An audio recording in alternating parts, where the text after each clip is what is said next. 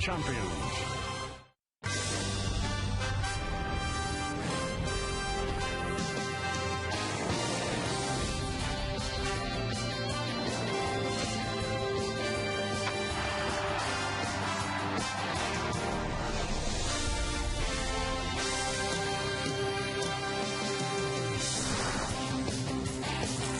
It is a beautiful Saturday afternoon, and if you're a little hot, you get cooled off by the fountain in the park. And while you're in the park, look at some baseball. Nice pitch. See ya. You're out of there. But then the offense also does its job with a line drive base hit to left as we celebrate the July 4th weekend here in the Bronx. As today, the Yes Network presents New York Yankees baseball. It's the world champion New York Yankees against the Toronto Blue Jays in the middle game of a 3-game set from Yankee Stadium in the Bronx, New York. Hello, everybody, and welcome to Yankees baseball. Along with Ken Singleton, I'm Michael Kay. Well, yesterday, the first game of the series didn't go well for the Yankees. They were really 1 out away from winning the game. If Jabba Chamberlain had done the job in the 8th, turned it over to Mariano, but the game was tied at 1. They ended up losing 6-1 in 11 innings. But today, a great pitching matchup. Outstanding. Let's take a look at that. And it's today's New York Lottery pitching matchup.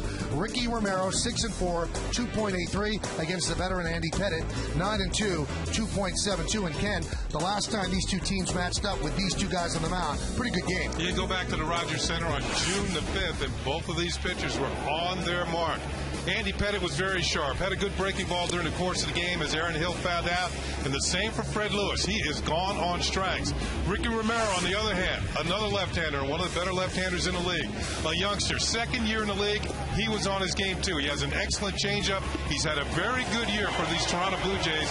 Another good matchup between these two today. Andy Pettitte, 7 2/3 innings, 5 hits, 2 runs that day, 3 walks and 10 strikeouts. Romero won 8 innings, 5 hits, 2 runs, walked 4, but struck out 7, and the Blue Jays won that game in 14 innings, 3-2. Now, unless they pitch complete games, both teams are going to need the bullpen. Yankee bullpen yesterday, not very good. It needs to improve. We'll break it down next on segment 2, right here on Yes.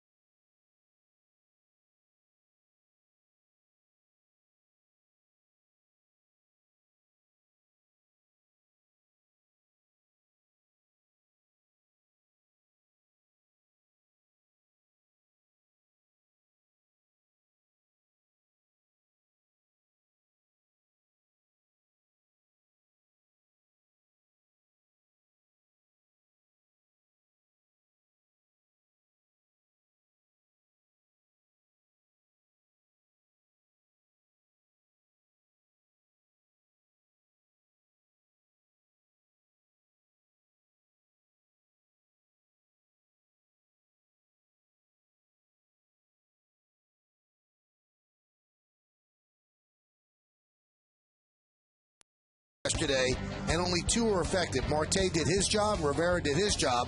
Chamberlain blew the lead at 1-0 in the 8th inning, and then Robertson and Park just let it get away. Welcome back to Yankees baseball, everybody. That's Ken Singleton. I'm Michael Kay. And, you know, if you look at this Yankee team, it's hard to be overly critical of them because they have the best record in baseball. But, Kenny, if you want to look at things to be concerned about, I think the bullpen is one area. Well, yesterday was a problem. The Yankees had a 1-0 lead. I felt they were 1 out away from winning the ball game. Mariano probably would have come in and saved the ball game in the 9th inning. But the fact is, Jabba let it get away, and I think he was very tentative after that long shot off the bat of Alex Gonzalez was caught. A great catch by Gardner in the left field, but I think from that point on, he became very tentative, eventually walked Pettitte, threw him a slider, 3-1 pitch, and walked him. Eventually, he came around to score the tying run on the base hit by Aaron Hill, and that base hit came on a pitch that wasn't very good at all. Mo came on to preserve the tie, but from that point on, Robertson couldn't get the job done along with Chan Ho Park, and it was all Blue Jays from that point on. That might be something the Yankees will be looking for once the trade deadline approaches. But yesterday, one of the good things, the defense on this team. They flashed some leather. Lineups, first pitch, baseball, next on Yes.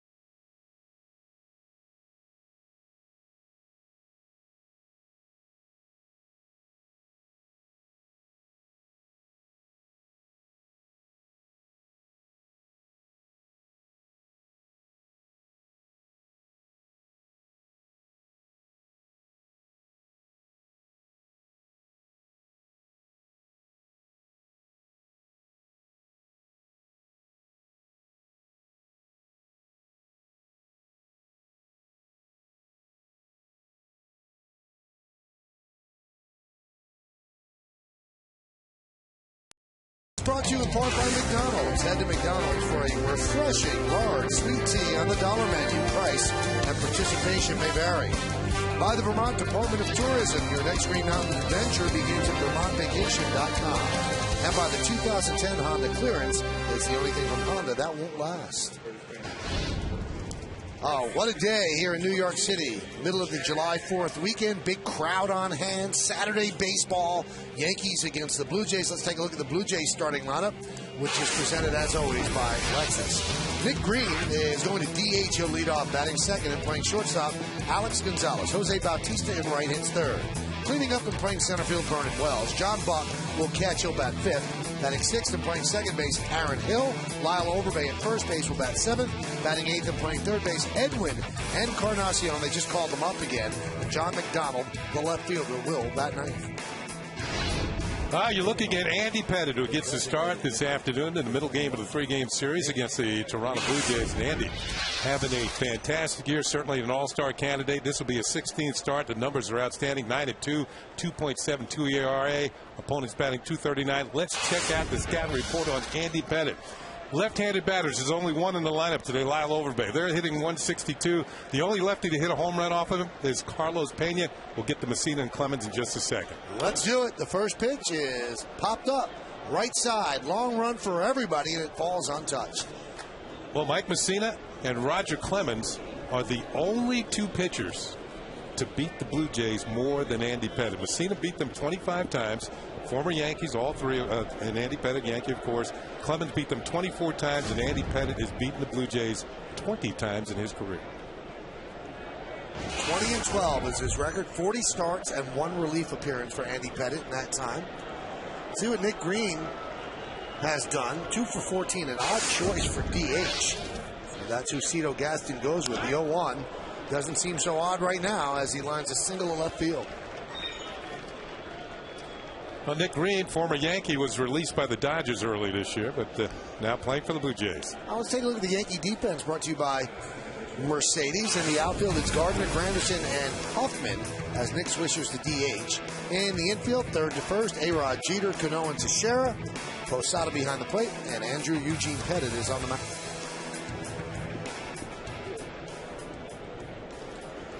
Here's Alex Gonzalez.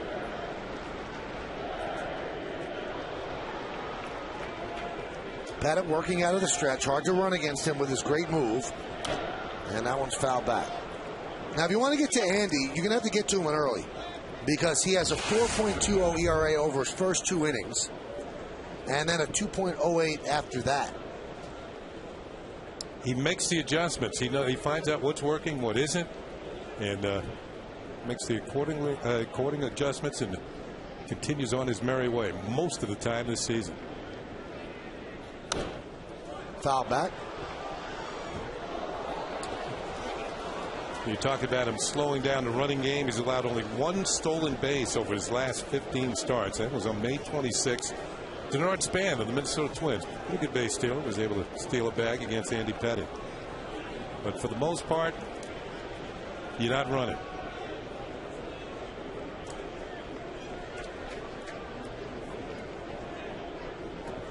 The 0-2. Grounded foul.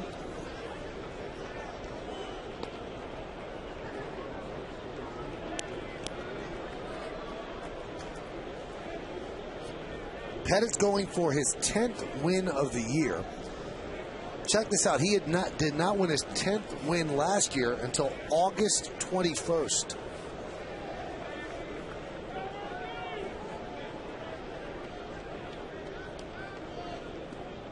And during most of his career, as we've all known, the longtime Yankee fans have known that Andy Pettitte's a really good second-half pitcher. After the All-Star break, he seems to thrive and really come on down the stretch.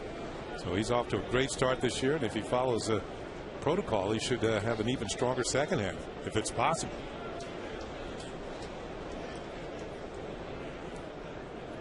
The 0-2 popped up. Cano makes the play. 1 away. Let's look at the game time weather conditions presented by Bigelow Tea. Starting to get a little hotter here in the city now. 83 degrees, humidity 30%. The winds out of the northwest at 6 miles per hour. And the forecast, well, I mean, we're going out on a limb here. Perfect day for baseball. Wow, that's a postcard right there. Place looks great. Oh, man. Full stadiums, a lot of energy. Just beautiful. Here is Jose Bautista. Now, Kenny mentioned that Andy's a better second-half pitcher. In his first half of his career, 120 and 80 with a 4.08 ERA. That's not bad. No, it's not at all. In the second half, 118, but 54 losses and a 3.62 ERA. And he also has the most postseason wins of any pitcher all time. 18, the 1-0. Pitch is high.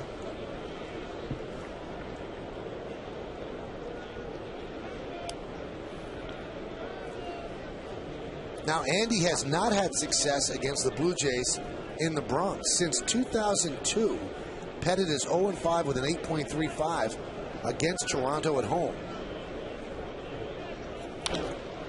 That one is driven deep to center field. Granderson back, still back, turning, looking. See ya! A 2-run home run for Bautista, his 21st of the year, and the Yankees are trailing 2-0. Bautista is the league leader in home runs. And that breaks a string for the Blue Jays. They hadn't hit a home run in 5 games. That's their longest stretch all season long without hitting a homer until this swing. 2-0 pitch, up out over the plate. He drills it to center field. And the Blue Jays take a 2-0 lead here in the first inning. And as you can see, he takes the American League lead in home runs now with 21. Pitch to Wells. Here's another look. Good fastball hitter. He got one looking for 2-0, and he put a good swing on it. The 1-0 is low, 2-0.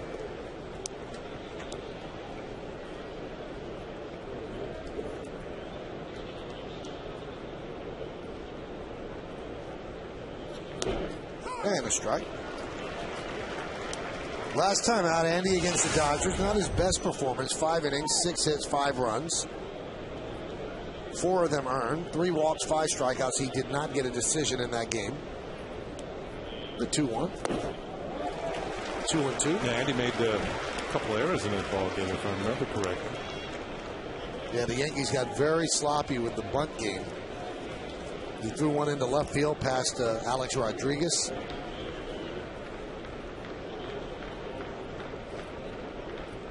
The 2-2. Foul back. That was that game where the Yankees came back in the 9th inning against Jonathan Broxton. 4 runs in the 9th to tie, and then 1 in the extra innings when the Robinson-Cano home run. That was one of the best comebacks of the season for the Yankees. There's Bautista celebrating taking over the league lead in home runs.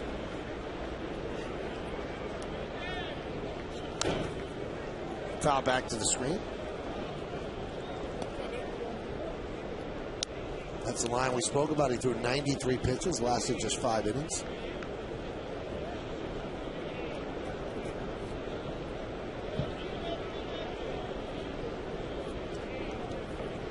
The 2-2. Foul back.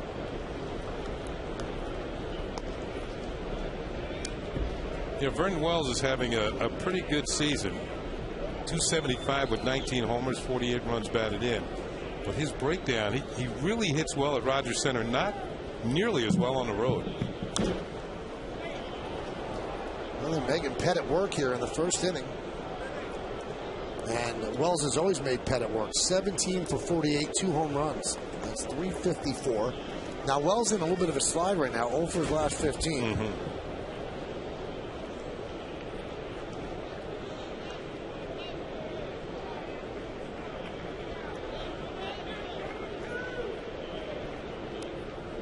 And the pitch.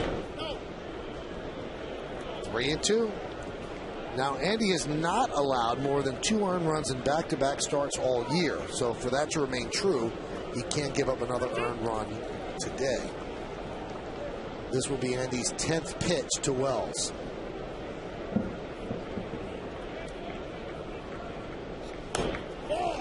Just missed. And Wells works a walk.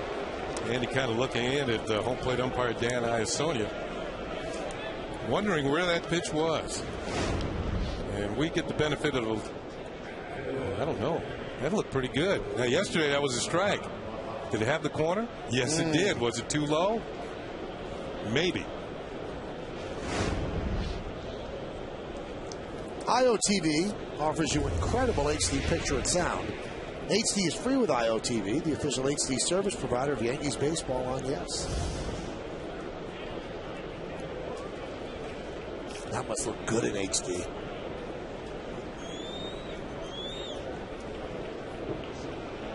I bet you that looks good in standard def. So Andy has a talk with Dave Island. It did back in the day. Yeah. They look good in rabbit ears.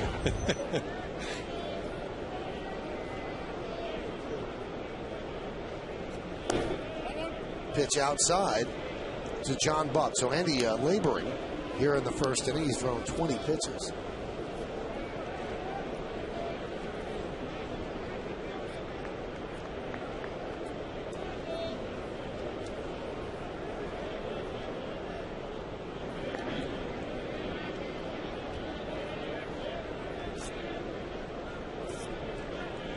John Buck, 4 hits and 13 at bats against Pettitte. 1 of the 4 home run.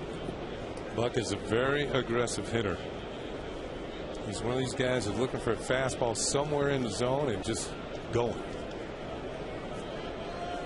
Very dangerous early in the count if you don't spot your fastball. In fact, he's hit more home runs than any Blue Jay catcher before the All-Star game at 13.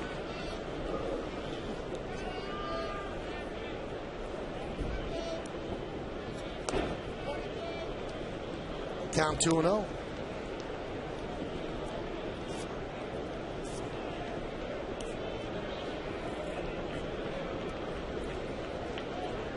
Now, Andy has allowed 9 runs in the first inning this year, and that's more than he's allowed in any other inning. So 2 in so far.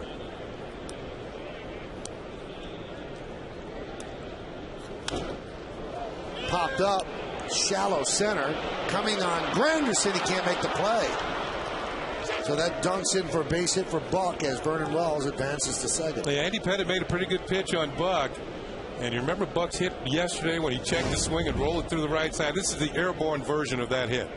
He gets it in on his hands.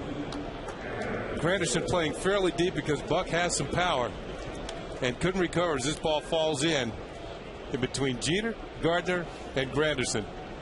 Buck has himself another hit.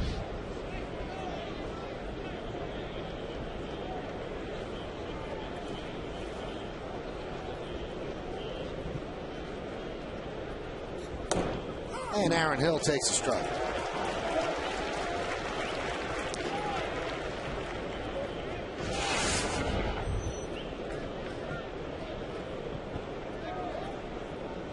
Those numbers look out of place for Aaron Hill, who was an all-star last year.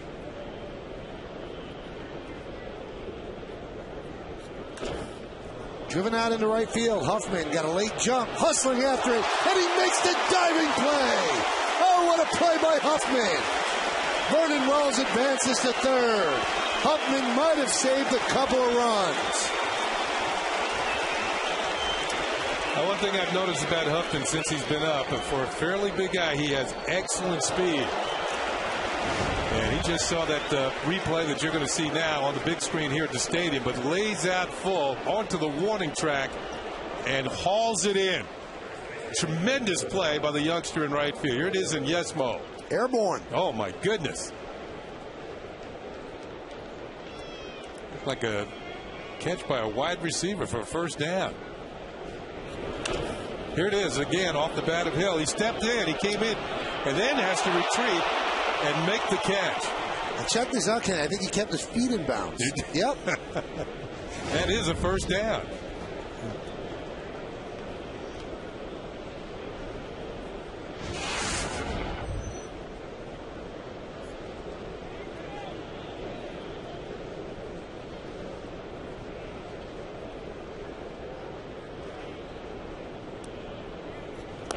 Pitch outside.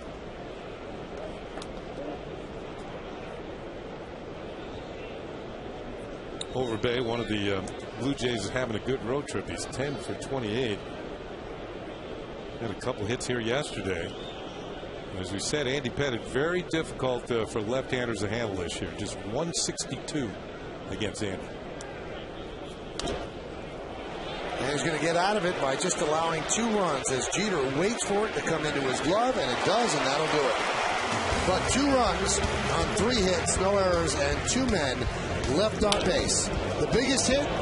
Well, Bautista's 2-run home run just to the left of dead center. Blue Jays 2, Yankees coming to bat.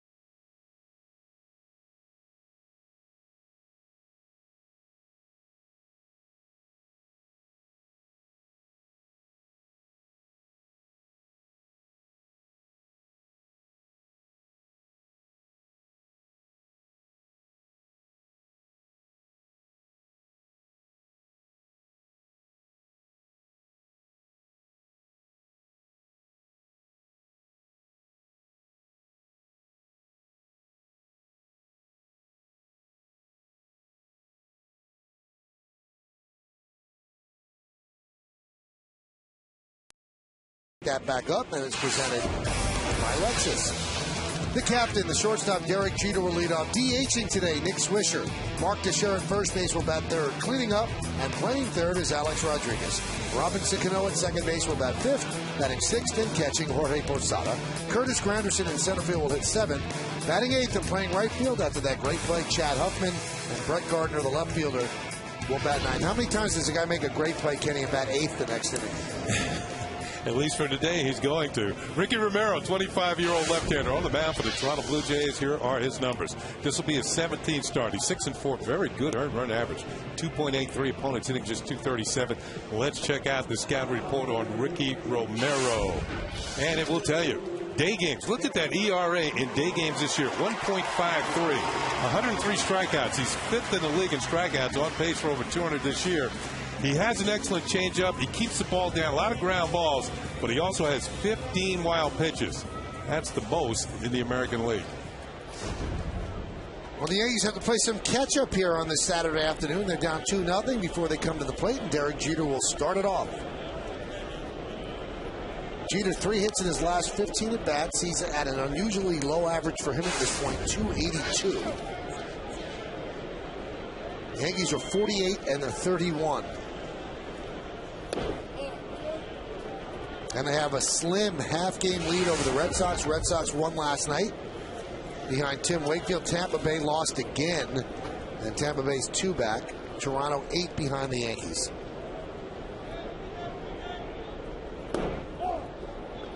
Count 2-0.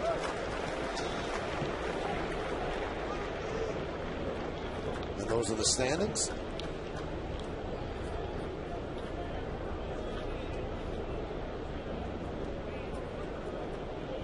The 2-0. Driven the other way and out of play.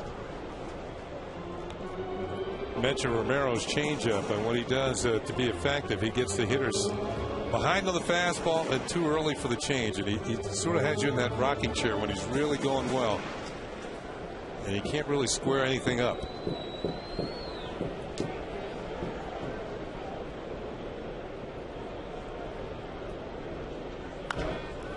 Now this could be a cautionary tale for parents. When Ricky was 4 years old, he picked up a pencil for the first time in front of his mother and father, and he picked it up with his right hand, and the father ripped it out of his right hand and put it in his left hand. The mother said, "What are you doing?" And the father said, "It will pay off later on." And Ricky became a left-hander. True story. The 2-2. I thought it was when you told me. It has paid off. Yeah, it's paid off. Yeah, he got him to Cal State Fullerton, where he pitched for the Titans. They won the College World Series in 2004. Beat Texas. Pretty good program. And he was pitching left-handed then, too. The 3-2. Now, the Yankee offense has been struggling of late, particularly this week. Obviously, Cliff Lee is Cliff Lee. Felix Hernandez is Felix Hernandez. But Ryan Roland Smith shut them down. Yesterday, Brett Cecil, who had been struggling, shut them down. And they seem to really be struggling against left-handed pitching as well. So Romero is a good test for them to break out of it, as Derek Jeter works a inning opening walk. Well, the thing about it, the Yankees just haven't hit with runners in scoring position. That's been a major problem. I think they're 0 for their last 21 with runners in scoring position. And that's since the 9th inning of Tuesday's series opener against Seattle. So that just hasn't been happening. They need to get something going, at least when they move runners into scoring position. They had an excellent chance in yesterday's game. Yep. Bases loaded, nobody out, and Brett Cecil got tough. The Yankees did not score in that 3rd inning. It was Nick Swisher with an elaborate tape job on his bat. Very well done. Nick does that himself. Usually does it with white tape, but this is with black tape as John Buck goes out and talks with Romero.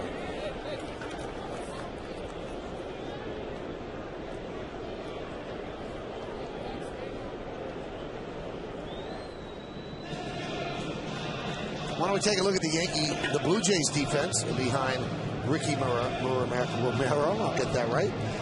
Brought to you by Mercedes, McDonald, Wells, and Bautista left to right. In the infield, Encarnacion, Gonzalez, Hill, and Overbay 3rd to 1st. Buck behind the plate, and Romero is on the mound.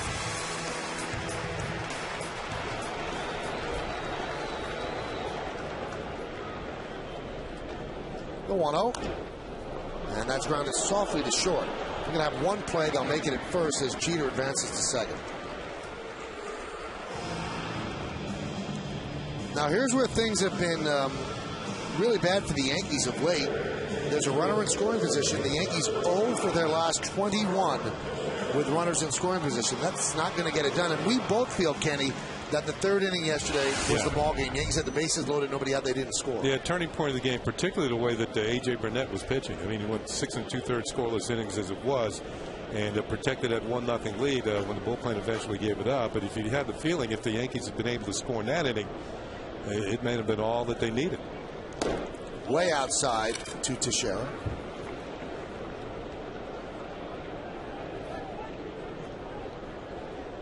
They were 0 for 8 yesterday. And opponents are hitting just 196 with runners in scoring position against Romero.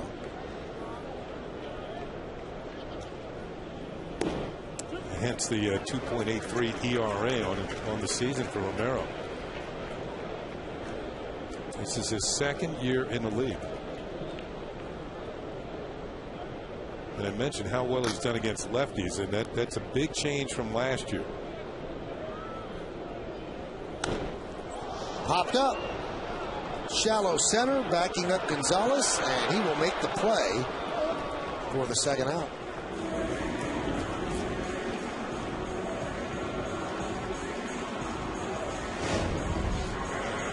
Here's a look at the shortstop, and he says, I got it.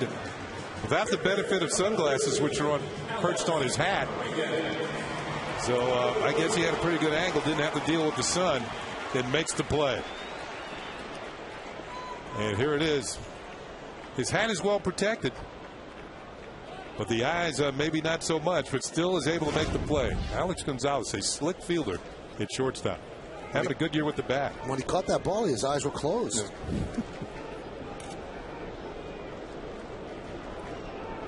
Here is Alex Rodriguez, and there's a strike.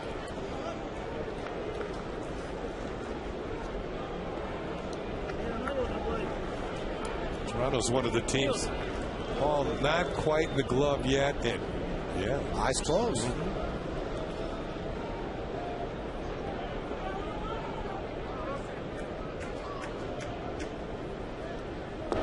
One of the teams that Alex is, well, he's done well against every team, every opponent, including the Yankees when he was on other ball clubs. But against Toronto, in 181 career games, he's driven in 150 runs. That is wearing out some pitchers. Tito Gaston probably seen enough of Alex Rodriguez over the years.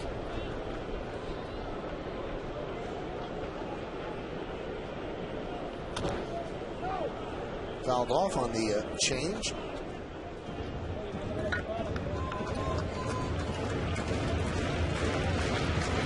Those are the numbers Kenny spoke about. 303. So that's only 19 games more than a regular season.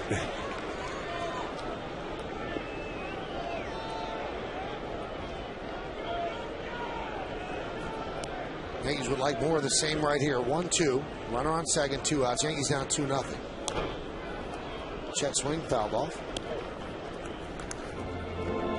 That was his best fastball of the day, 93 miles an hour, trying to get it in on the hands of Al. You see John Buck shift to the inside corner, and A-Rod's able to spoil it. Here it is on Yesmo.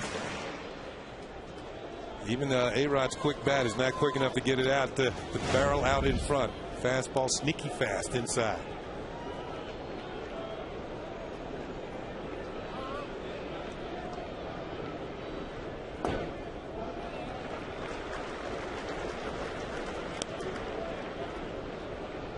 Always felt that the first at-bat of the game was the most important, setting the tone for a hitter. I like to see as many pitches as possible so there wouldn't be any surprises in your subsequent at-bats during the course of the game.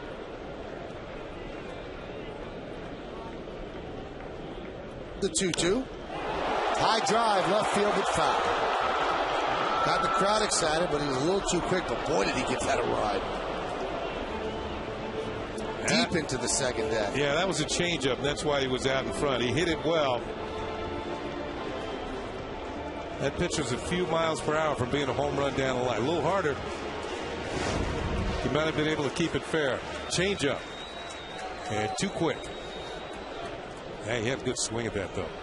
That might change Ricky Romero's thinking on these next few pitches here. 2-2, and A-Rod steps out.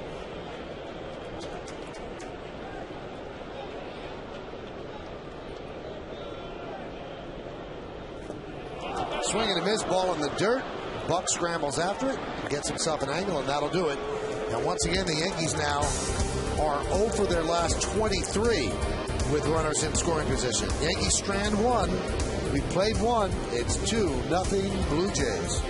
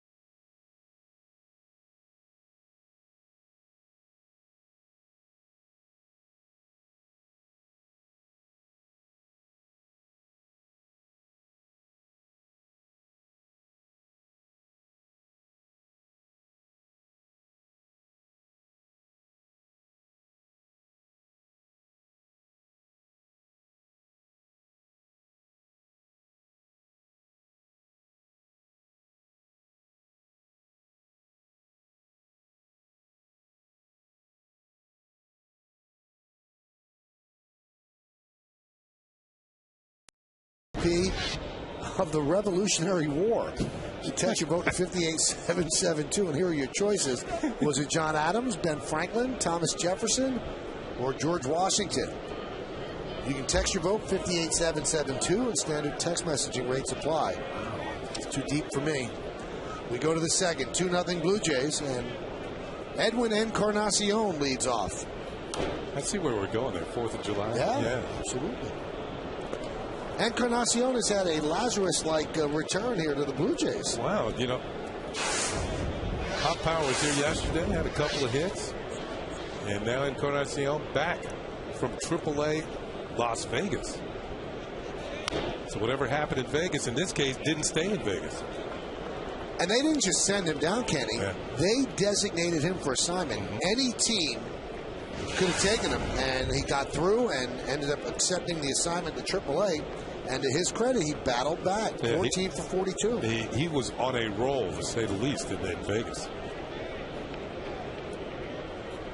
7 games in Vegas. 14 for 42. That's 438. 2 doubles, 3 home runs, 13 runs batted in. Now he's back in Toronto, or back with the ball club. And that will get you back to the big leagues.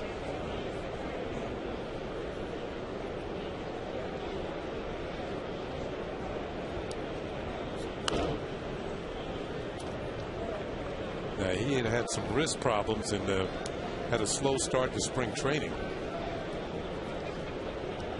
and didn't get off to a good start. It's kind of hard to read. I think it's kind of fading.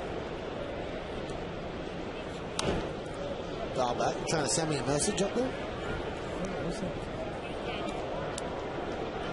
Yeah, it's skywriting of some sort. It's something at. The second to the right is at. That's all I know. At HOH. We better not follow that. They could be writing something bad.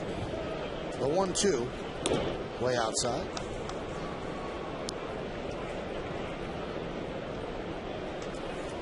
Blue Jays 21 and 23 on the road. They're 41 and 40 overall. 2 years in a row they've gotten off to a great start, then come back down to earth. And this is Cito Gaston's last year. He has said he's going to retire after this, and we'll see where they go. He's going to be a consultant.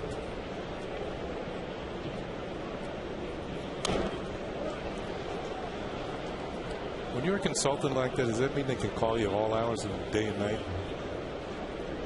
I guess they can, but usually it just means a very glorified retirement job. Okay. Do you see consulting in your future one day? I don't think so. Nobody will want to consult with me. Popped up. Posada.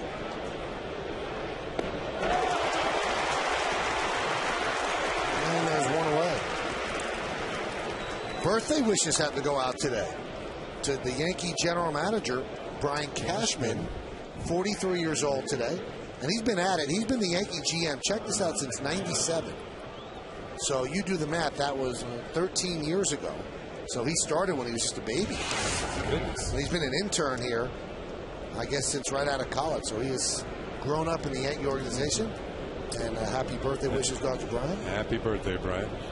I asked Brian how he's going to celebrate. I don't really celebrate birthdays. I said, really? He goes, no. He said, the only thing I really like is a Carvel cake. He goes, especially with the extra crunchies you get on the side. So he's going to go either Fudgy the Whale or Cookie Puss, I think. There's a ground ball right to Alex Rodriguez. 2-0. Yeah, I got to go with the Carvel cake. They know what they're doing. Yeah, they do. They know what they're doing. Carvel's been around a long time. So that's all he's looking for his birthday. Tomorrow, a big birthday day, our country, and the owner of the New York Yankees, George Steinbrenner.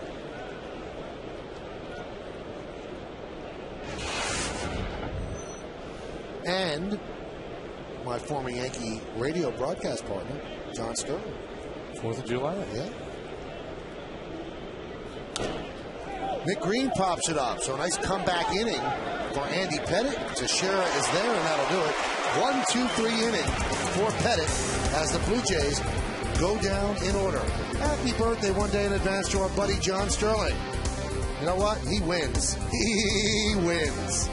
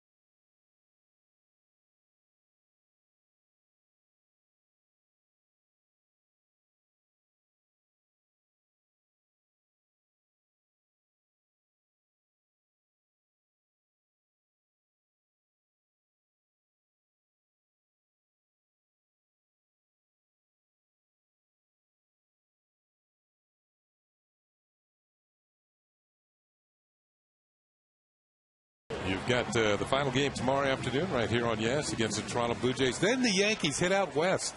Their last West Coast trip of the year. How about that? Before the All-Star break. 3 games in Oakland, then a 4-game series in Seattle. All of the games right here on Yes. You on that plane that just went by? I'm headed out west. I know that. Here's Cano. Breaking ball strike. He kind of turned away from that one. Good breaking ball by Romero.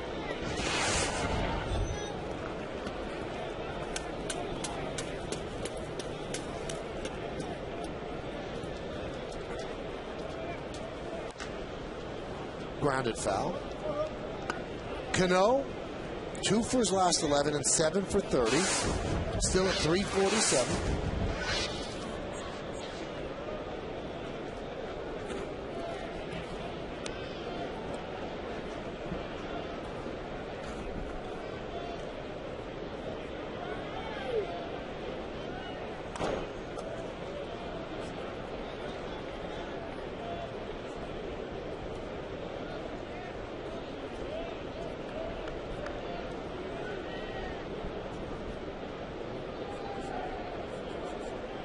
Now, yesterday, Cano had an 0 for 5. How rare is that? You have to go all the way back to June the 5th. And he went 0 for 6 in a game against Toronto. That was the game that Ricky Romero pitched when he hooked up against Andy Pettitte. That 14-inning game. It just didn't happen very often for Robbie.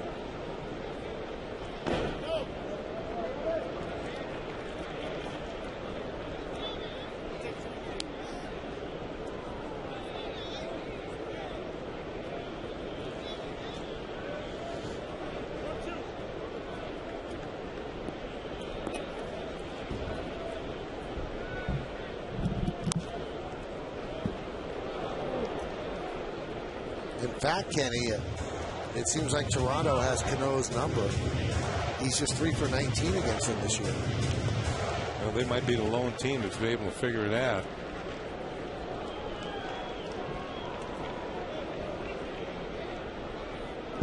The 1-2.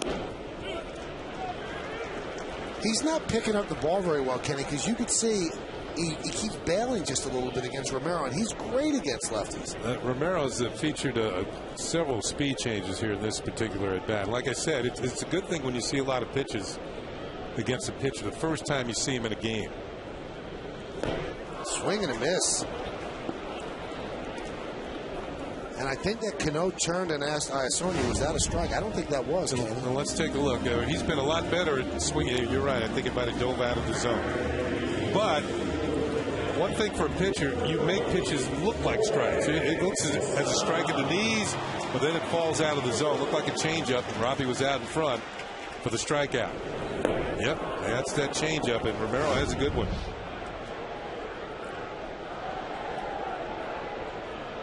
Two strikeouts for Romero, and here is Posada.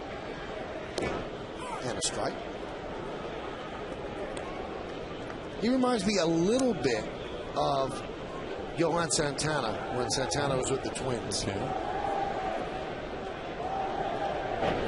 Maybe not quite as overpowering with the fastball. Well, maybe closer to Santana now, because Santana throws about 89, 90 now. Yeah, but the changeup is still very effective, and maybe not quite as good as Santana's changeup, but still a pretty good one. But see, all his delivery is about the same. Popped up, overbait, giving it a look, running out of room.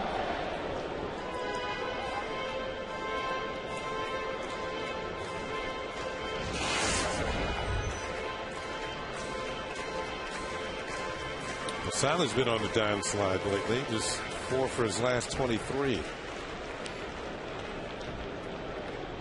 A bunch of Yankees going to have to turn it up a notch here going into the All-Star break here. Finish off strong. I think that's one of the messages for any manager to a team when you're getting close to the All-Star break. You have to remind the players that the All-Star break is not here yet. You know, you have to keep playing hard through the break. Then you can relax. Get away from baseball for a few days. Those are not going to participate in the game. Line down the right field line. It's a fair ball. Bounces into the corner, and Bautista lets it roll by him. But Posada's going to settle for 2.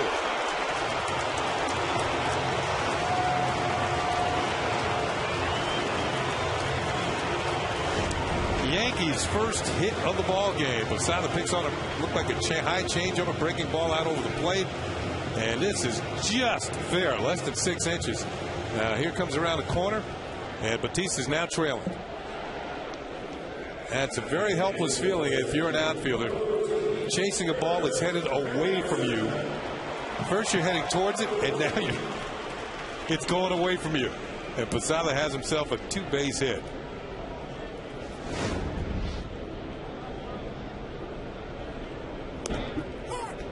I did that once in Kansas City when it used to be artificial surface. And it turned out to be an inside the park home run. Oh. Yeah. I felt this small standing out in right field. Remember who the batter was? Who's the catcher? John Wathan. Yeah, John Wathan. Yeah. Got inside. He was pretty fast for a catcher, though. I think he set a record for stolen bases by a catcher. So I come back to the bench. I want to be as far away from everybody else. And I sit all the way down the other end of the bench. And Lee May comes walking, former teammate Lee May comes walking up to me and says, "Hey, little Jack Horner." Problems in the corner. I said, "Just get away from me." Driven out to center field. And again, an out with runners in scoring position. Now, 0 for their last 24. They've got to start coming through, get some runs on the board. Granderson hit the ball well, but right at Wells.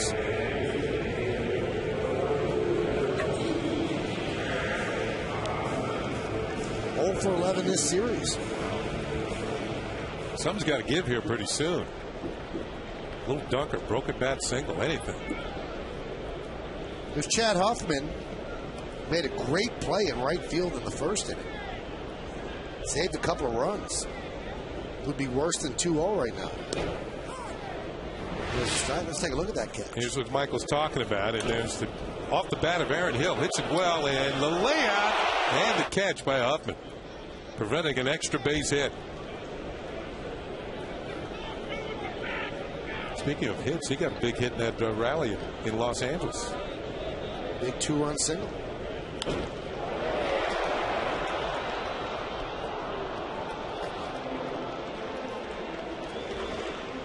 Well, one of the Yankee bench players is starting to get a little nervous because Marcus Timms is close to returning. So you don't know if it's Russo, or you don't know if it's Huffman or Colin Curtis. It's got to be one of those guys. I think Marcus is now rehabbing, and he's playing games down there in Scranton Wilkes-Barre.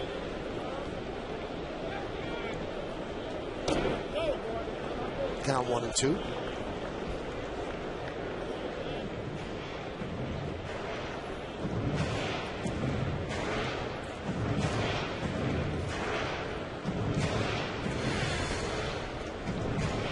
I just don't know how you hear it through the glove. Even when you're listening, they put the glove up. Well, with all the cameras around nowadays, you don't want to take any chances. That's just about standard procedure for every pitcher on the mound now.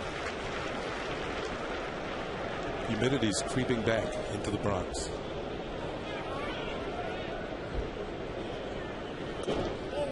Count 2-2.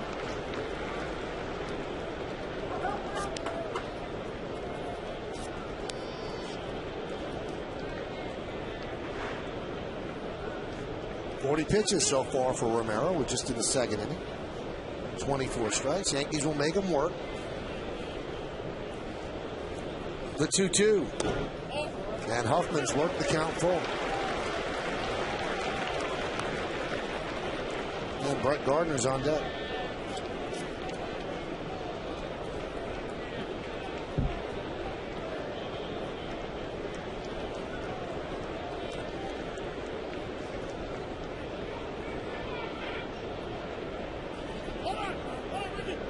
Time called.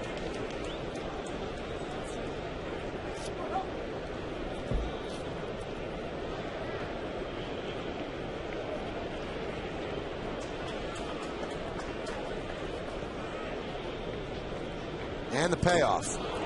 Changeup swung on and missed. And that is a third strikeout for Ricky Romero. Yankees strand the double. That's Posada. We go to the third. 2-0 Toronto.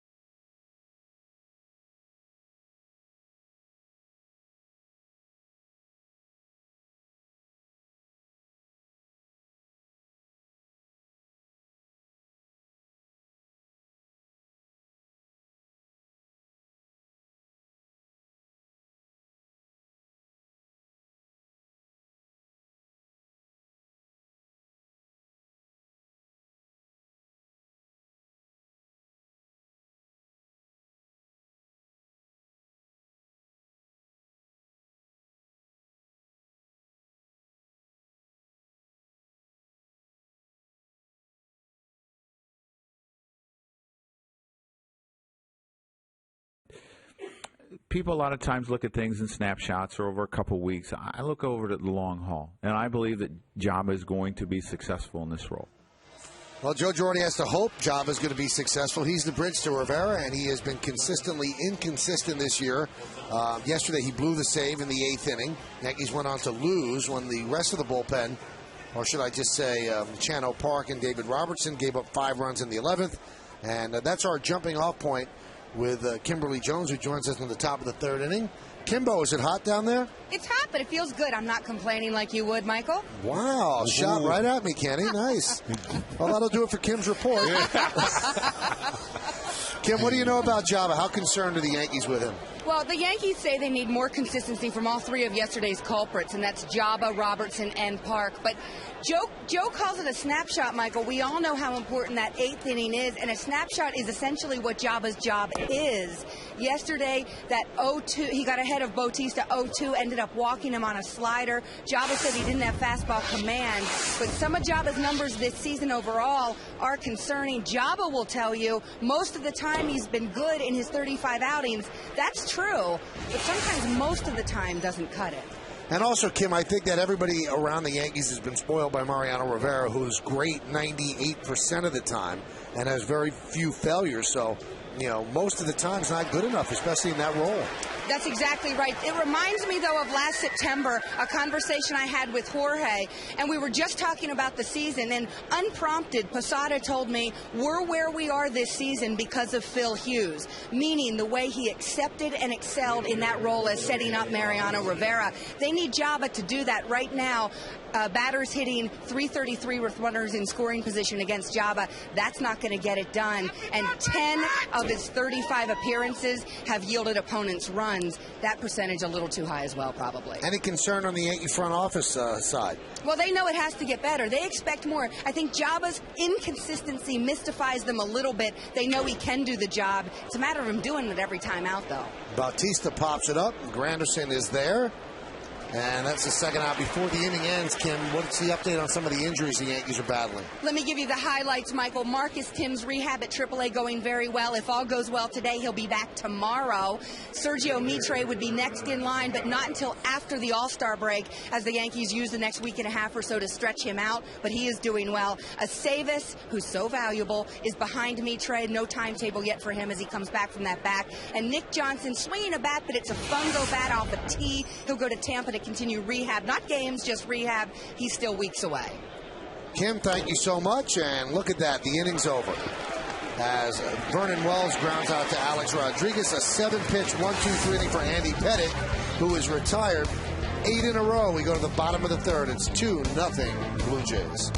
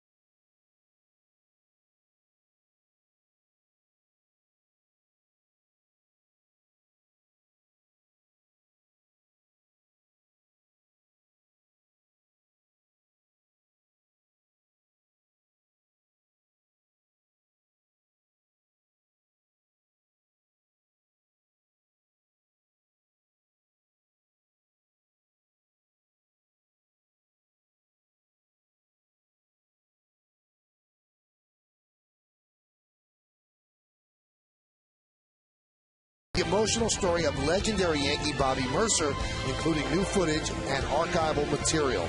That's Thursday at 8:30. It's only on Yes. See that guy in the middle there, Kenny? I got him. That's my buddy, Doug Maroney, is the head football coach at Syracuse. He's going to turn that program around. That's his family. I grew up with him. He's about 6'3", 6'4", like 280, and he was that size when he was 12 years old. Ooh, so he knew where he was headed. He was going to be a football player. Absolutely, and he's in his second year. He actually went to Syracuse, and this was his dream job, so we wish him the best of luck. Good guy. Worked hard. Here's Brett Gardner, and he shows bunt and takes a strike. I was talking to Brett yesterday, this morning, I should say, about the catch he made yesterday at the wall, and told him how spectacular it was. I didn't realize he had that sort of ups. And he said, as good as that catch was, he saw Colin Curtis make a better one in the minor leagues. Here's Alex Gonzalez with the shot off Jabba Chamberlain. Look at the ups. Now, maybe not a home run, but certainly took away an extra base hit. Perfect timing. And, you see the reaction by Jabba Chamberlain, but I think Jabba, after that particular play, got very tentative with his pitches and was almost scared out of the strike zone. And Brett Gardner lines one to right field. A base hit in front of Bautista. Brett Gardner said Colin Curtis actually made a catch in the minor leagues where he got up on the fence and was leaning over the fence, waist high, reached over and pulled it back. Wow. And Gardner said it's the best catch he's ever seen. Gardner was playing center and Curtis was playing left field at the time. I had a conversation with Colin Curtis today. Hilarious. I said, well, where are you living? Are you living in Manhattan? He goes, no, some place called the Upper East Side. I said, that's Manhattan, Colin. He goes, I don't know what part of Manhattan. And I said, yeah, you're in Manhattan. That's great. Some place called the Upper East Side. Hey, that's a pretty good neighborhood.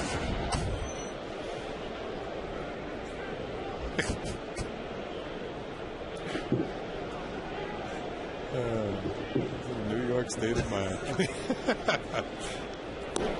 Gardner's catch yesterday, Kenny, that was the #1 web gem on Baseball Tonight. It was. As chosen by former Yankee manager Buck Showalter, who said for him to know where he was and to time his leap that way, and there were a lot of great plays in the majors yesterday, that was the #1. Gardner also said he learned, because he had a little room between himself and the fence yesterday, but if you get too close to the wall and then try and jump, the wall actually keeps you from going up. So he learned that in the minor leagues. And I said, yeah, I've been there before. And it's pretty impressive, Kenny. He is a center fielder by trade, and it's a different position to play out left. He's done a good job out there. Yeah, but we've always said, playing left field at Yankee Stadium, you need to have center field skills because there's so much room out in left field, and he's certainly got the speed. And another thing you got to deal with in left field, you got to deal with the sun in left field at Yankee Stadium. Count 2-0 on Jeter.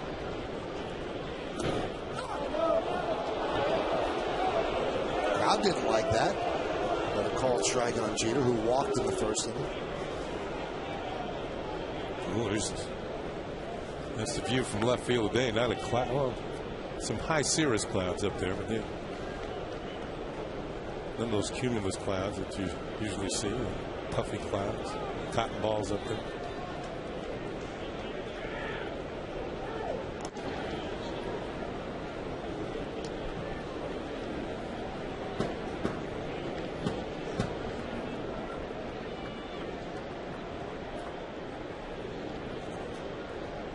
Guy like Gardner with his speed could be just the tonic to jumpstart the Yankee offense, which has been somewhat sleepy over the last couple of games.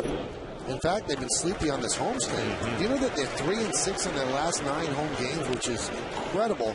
Last year, Yankee Stadium was such a decided home field advantage for this team. And in the first 30 games of this year, they were 23-7 at home. But 3-6 in their last 9.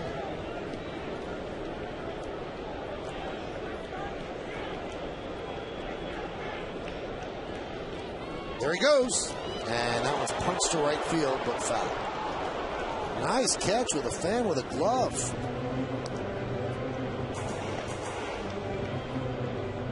That's great. Dad looks great in front of his kid. Gives the ball up. Outstanding. Preparation.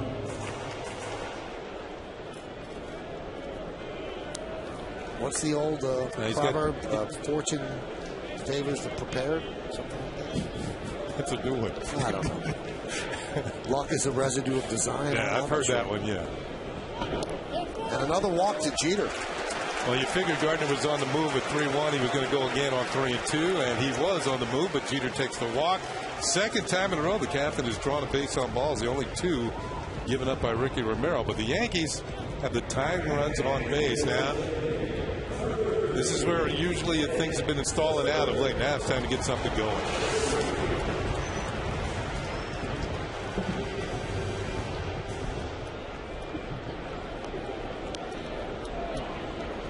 Nick Swisher grounded to short in the first inning.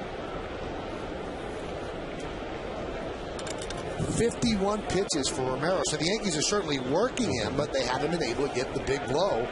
First and second, good speed on the bases now, nobody out.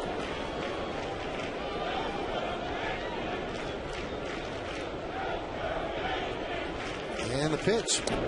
Swisher runs the hands up the bunt and takes a strike on the outside corner. The reason why that pitch count is up, just about everybody to the plate is running a fairly deep count against Romero.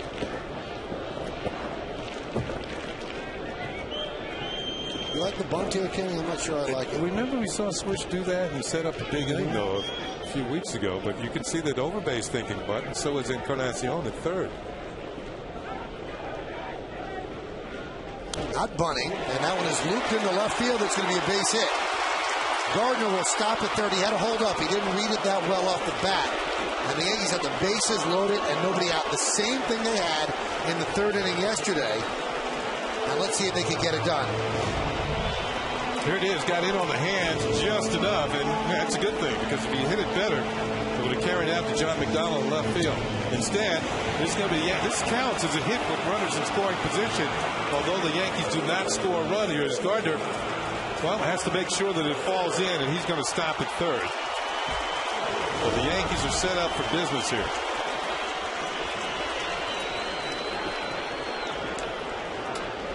Mentioned yesterday, bases loaded yesterday in the third, nobody out. A-Rod and Cano struck out. Now it's Teixeira up there.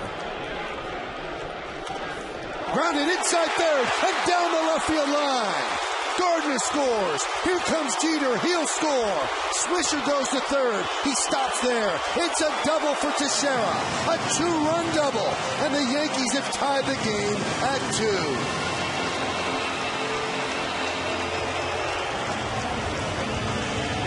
I mentioned it, sometimes a little dunker will get you going, and it was Swisher with the dunker, but Teixeira rips one down the third base line, an extra base hit. 2 runs is going to score easily. John McDonald out in left field actually has a little problem with this one, as the ball's going to carry him off the wall, but the ball does not get far enough away from him for Swisher to score all the way from first base. Jeter scores easily with the tying run, and the Yankees are still set up for business here in the third inning. Here's Alex Rodriguez. They elect to pitch to Rodriguez with a base open. Now they did this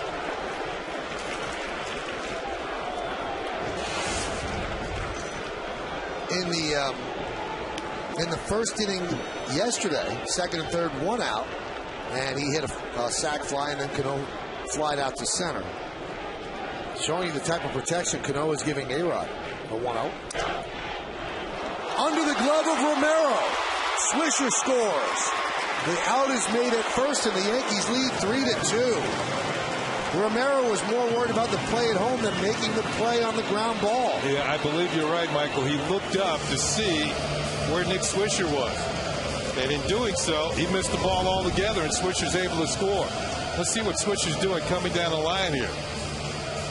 Swish had a chance to go back to third, even if Romero made the play. He doesn't, and is able to continue on home. So give A-Rod a run batted in, and the Yankees take the lead. 9 of his last 11 games, Alex Rodriguez has driven in a run. Ball cleanly underneath the glove. I don't even know if he touched it or not.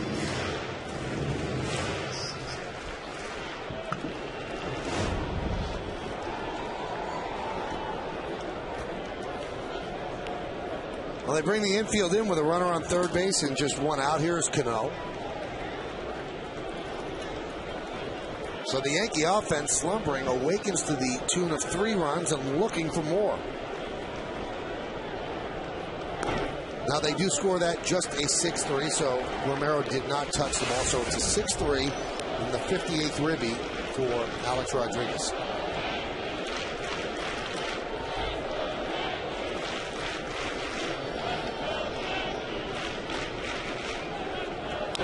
Line drive down the right field line. It's a base hit. It'll go into the corner. Played out there by Bautista. Cano will stay at first. Scoring is Teixeira. An RBI single for Cano. And the Yankees lead 4-2.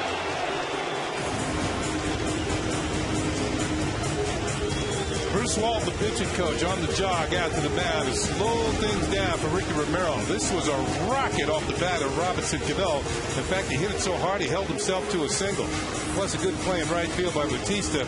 Remember, he chased that ball down, had problems with it. The ball from Posada. This one, he plays it very well. Few hops, got a strong arm, gets the ball back in. Cano's got a single, but he also has himself a run batted in, his 55th of the year.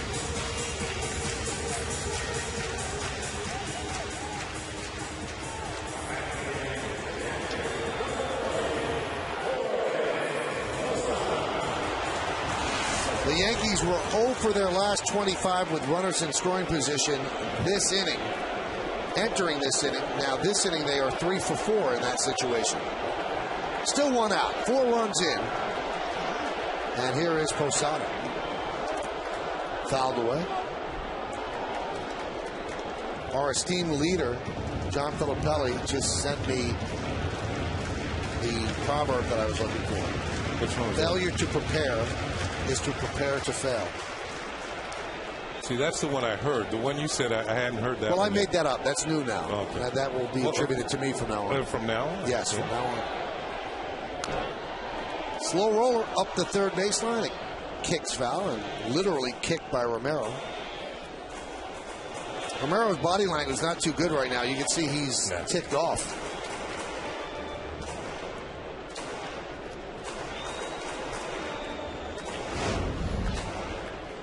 Ball is fouled. Romero, well, you know, the World Cup has been going on. Maybe he's influenced by that. I think that was a little wide of the goal, though.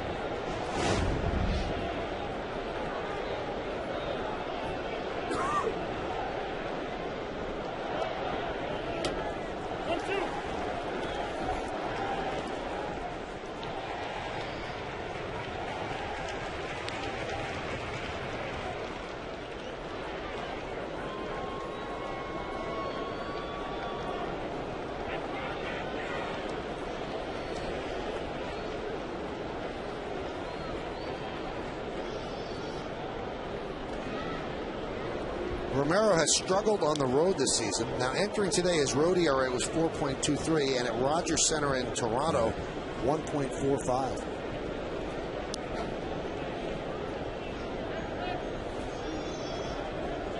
You know, the Rogers Center being his home ballpark, maybe he feels more comfortable on the mound there. It has to be that because that's a pretty good hitter's park. Yeah, it is. You know, the cold days early in April, they keep the roof closed at the Rogers Center, and the cold winds in Canada do not affect the playing of the game. I always felt the indoor stadiums were the ones where you're going to get the best hitting. I mean, we just saw that in Arizona. I mean, that's an all or nothing ball. That's a very good hitting ballpark. Good hitting for the Yankees this inning, as you can see. And that one is driven to center field, but Wells is there. Didn't really carry that well, and Wells had to make the play coming in for the second out. So Posada, who doubled his first time up, flies out to center, 1 for 2. So two-way, that brings up Granderson.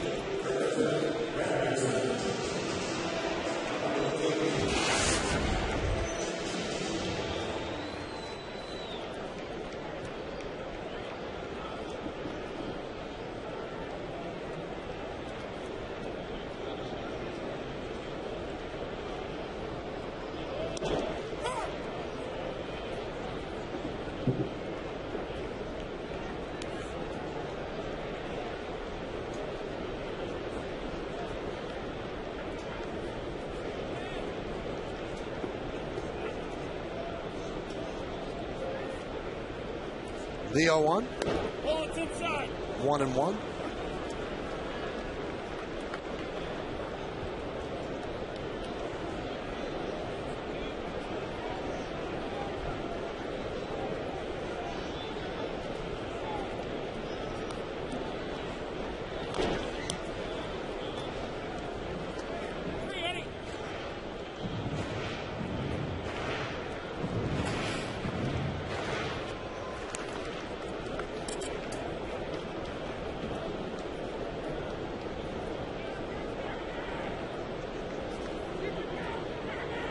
1-2.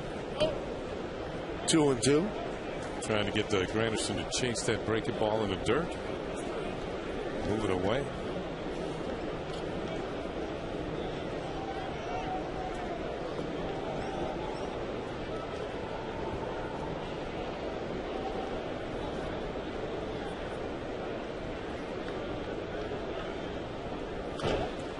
Dribbled slowly towards second. Avoided a collision and avoided getting Granderson. Don't know why he didn't just tag Cano. And Granderson beats it out for the infield single. I thought there was going to be a collision between Cano and Hill, and if that had been the case, there would have been an out call. No, Cano avoids his opposite number, and then Granderson's able to beat it out. Hill also had to go to his right somewhat to get this ball. Nope. No contact there, and here's the throw on the first. Is he safe or is he out? Safe. He beat it. Close play, but an infield single. The Yankees have now batted around here in the third inning. First and second for Huffman. Grounded, foul.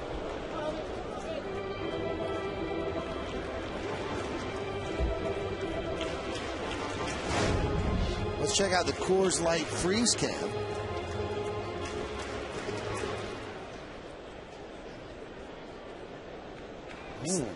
Freeze it. It's tight. If they say tie goes to the runner, and to your dad on Father's Day, then he is safe. The 0-1. Foul back. Although Huffman struck out his first time, he's had some pretty good swings here at Romero. Right now, he's in the hole, though. 1 balls and 2 strikes. If he gets anything going in this at bat, he's really going to earn it. He's had some good swings at Romero.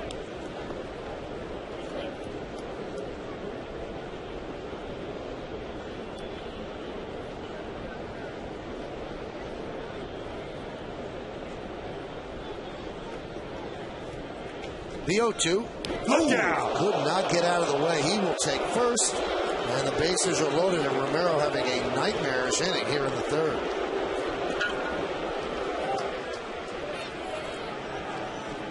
You know what? With the count 0-2, I think he meant to brush him back. They wanted to pitch up, but he gets it too far in. It looks like it hit him right in the tricep.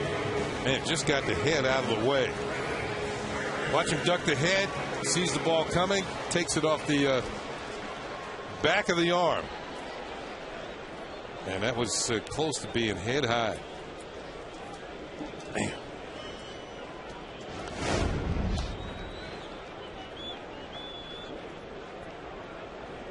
So here's Gardner, who started off with a single, and this will be the 30th pitch of the inning for Romero.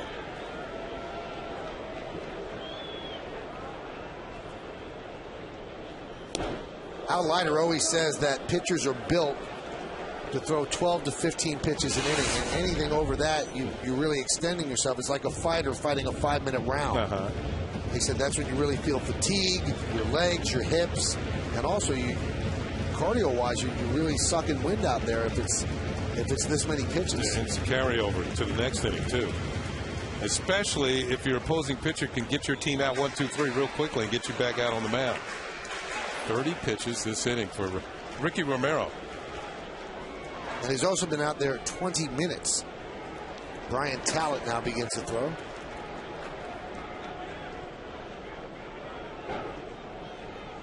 The 0-1. 1-1.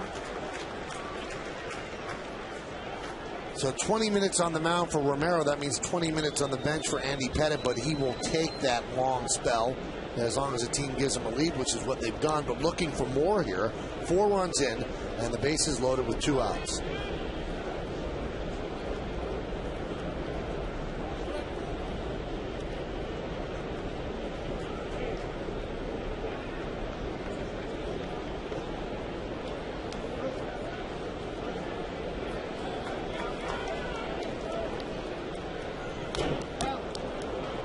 Gardner will make him work. Gardner fouls off a lot of pitches. You know, all those years in the minor leagues as a leadoff hitter, you still have those skills, even though you're batting more or less Well, we've seen him up as high as second this year. Occasionally first when Derek Jeter's out of the lineup, but mostly in the ninth spot.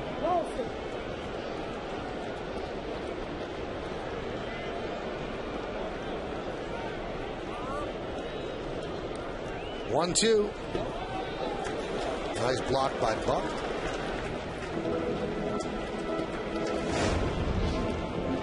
Here's a look at a play which might have saved the run. Using the chest protector, the ball blocked right in front of him. Here it is on Yesmo, well outside, in the dirt. And John Buck shifting over to make the block.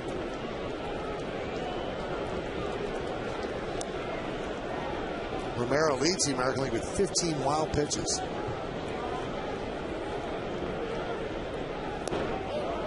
Count 3-2. I really didn't want to go to 3-2 because that will start the runners with 2 down and gives them a chance on an extra base hit. Huffman runs well. He might be able to score all the way from first.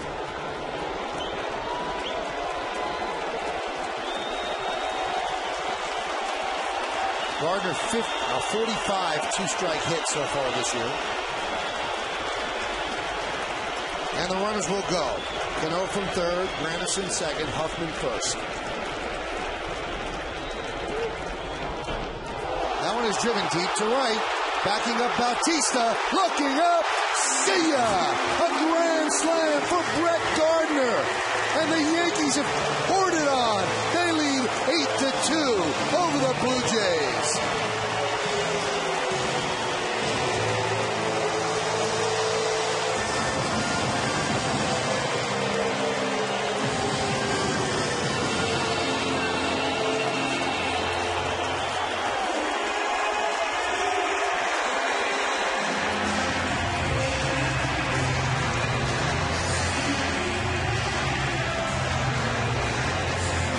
First career grand slam for Gardner. And I believe the Yankees' 8th grand slam of the year.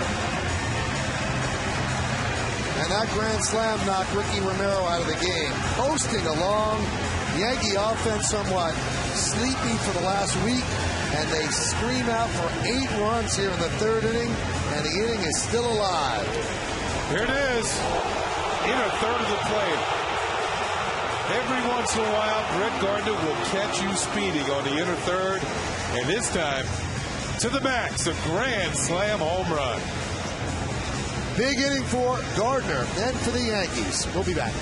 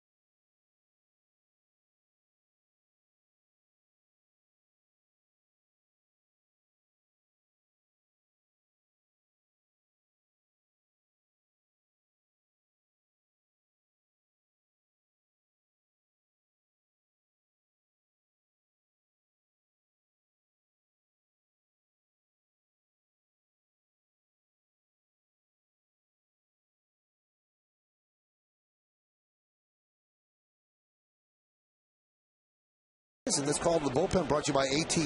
Rethink possible. So Brian Tallett takes over for Ricky Romero. And the pitch to Jeter is way inside all the way to the backstop. Those are the numbers on Tallett. This is his 12th game. Check this out. The Yankees have 8 runs this inning. They had 8 runs combined over their first 4 games against Toronto this year. pressure was building up, and it just exploded.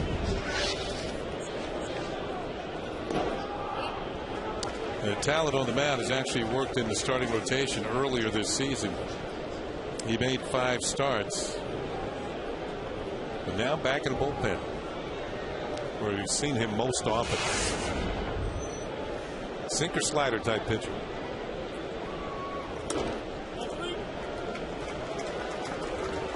And the count 3-0.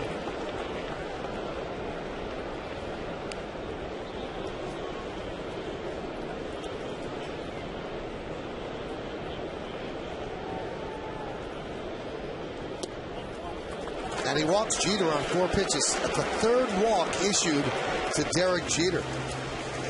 This copyrighted telecast is presented by authority of the New York Yankees and may not be reproduced or retransmitted in any form, and the accounts and descriptions of this game may not be disseminated without the express written consent of the New York Yankees. That's Gardner's 4th home run this year, all 4 here at Yankee Stadium. And to me, his first swing of the at-bat kind of set up the tone of the at-bat. He had the same swing he had when he hit the home run. It's just that he fouled the first one back. So he was looking for something on the end of 3rd to do some big-time damage, and he got it done. You know, one thing you have to say about Gardner, he's got power. Yeah, but he knows that his game is to just slap the ball the other way. And sometimes during batting practice, he'll show off and he'll hit him into the seats. He's got that sort of swing, and he could do it, but he knows it's not conducive to his ultimate game, which is to use the speed and get on base as much as he can. That was his 20th hit to right field. 4 of them are homers.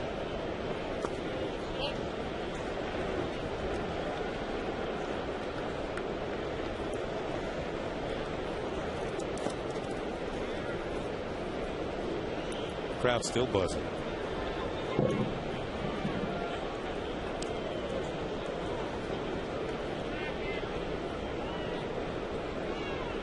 Talent goes over to first, Jeter back. So the Yankees are up 8-2, and Andy Pettitte has a lead to protect now after giving up that 2-run home run to Bautista in the first. 8 runs, the most the Yankees have scored in an inning this year.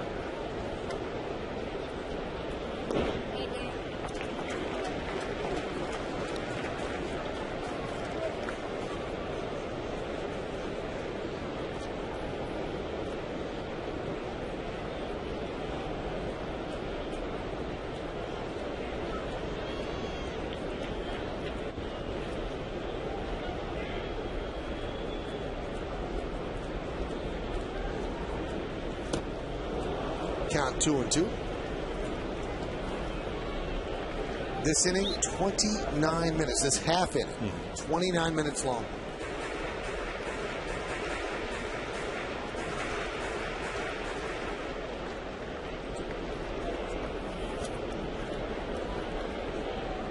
And it all started with Brett Gardner. A single to right. The 2-2. Foul away. The only outs in the inning, an RBI ground out by A-Rod to short, and Posada with a fly ball to center. That's it. And Posada hit the ball pretty well. Yankees have 8 runs on 6 hits and 2 walks and 1 hit batter.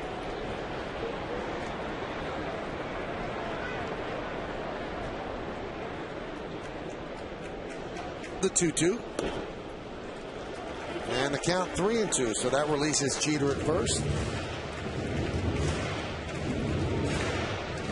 Now remember, Andy Pettitte had a particularly quick top of the 3rd inning as well. He threw 7 pitches. So Andy's doing a lot of sitting right now.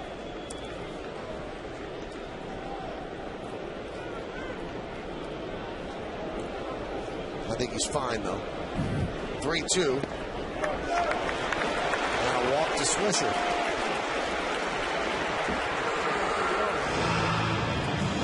Now they have mounds back there. So if Andy wants to throw it all, just stay loose, he can do that. Right down those steps, there's batting cages and a mound. First 11 innings of this series, Yankees 0 for 12 with runners in scoring position. This inning, 8 runs and 4 for 5.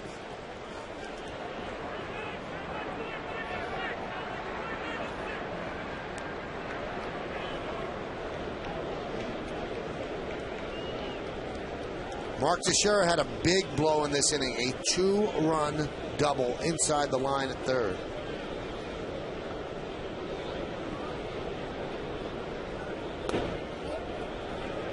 Well, if the Blue Jay pitchers are not going to throw strikes, the Yankees are not going to go out of what they do.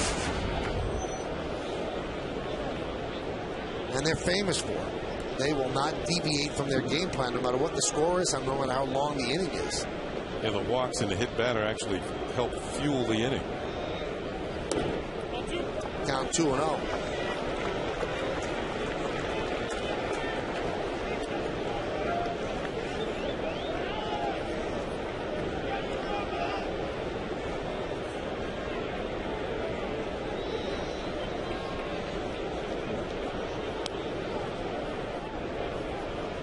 Jeter at second, Swisher at first, 2 men out, 8 runs in, bottom of the third.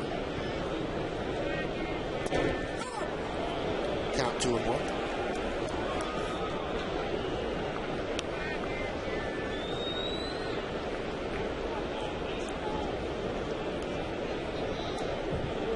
We used to have a saying that let's hit for 45 minutes. Coming close. That one gets through Buck as the runners move up.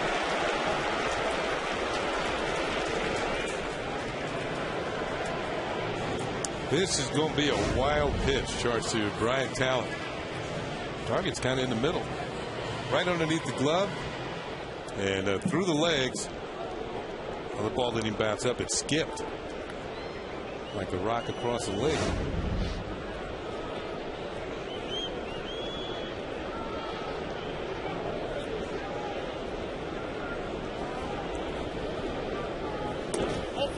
And he walks Teixeira.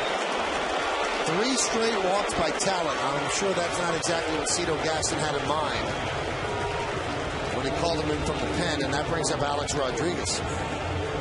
And nobody warming up at this point.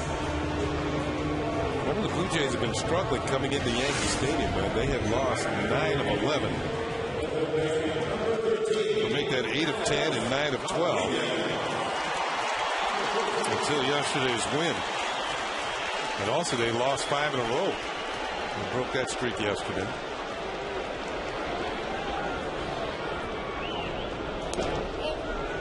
Alex with 20 grand slams, 2 this year, 2 of the Yankees' 8. And it's set up for him. A pitcher who can't throw strikes. Bases loaded. We've already had 1 grand slam this inning by Brett Gardner. Could there be another?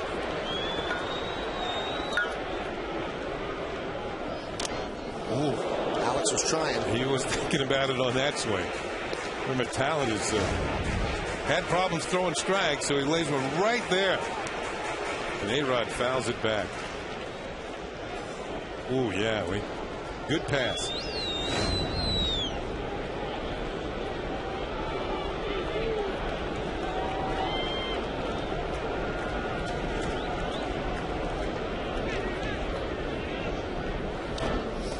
Double. 2 good swings by Alex Rodriguez, but he's behind on the count. Man.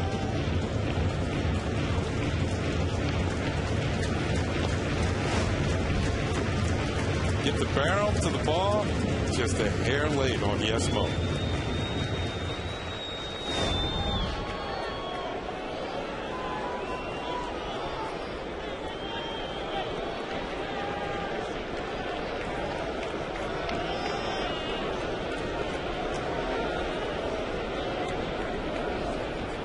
The 1-2.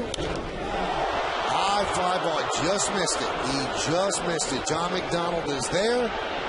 And he makes no play. He dropped the ball. He could not find it in the sun. 3-run score. And the Yankees lead 11-2. We talked about how tough the sun is in left field, and John McDonald, an infielder by trade, he just could not locate the ball. You know, the puffy clouds actually give you a background. There aren't any today. There's sunglasses. He's got them on. Didn't flip them down. The ball falls in. And 3-run score. Watch him give up the ship right at the very end. It looked like he had a beat on it, and then maybe the ball got into the sun and he couldn't find it anymore. You know what? He didn't touch it. It's probably a double and 3 ribbies for Alex. I would think so. I think it has to be. We'll see. That would give him 4 ribbies on the inning. Wow. Yeah, I don't get it either with the sunglasses why you have them and you don't use them.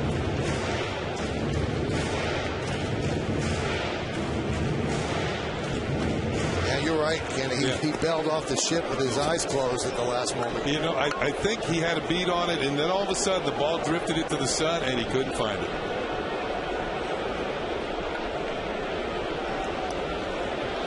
I think that's a double. Pitch to Cano is inside. They have not announced it yet. There's no error on the board.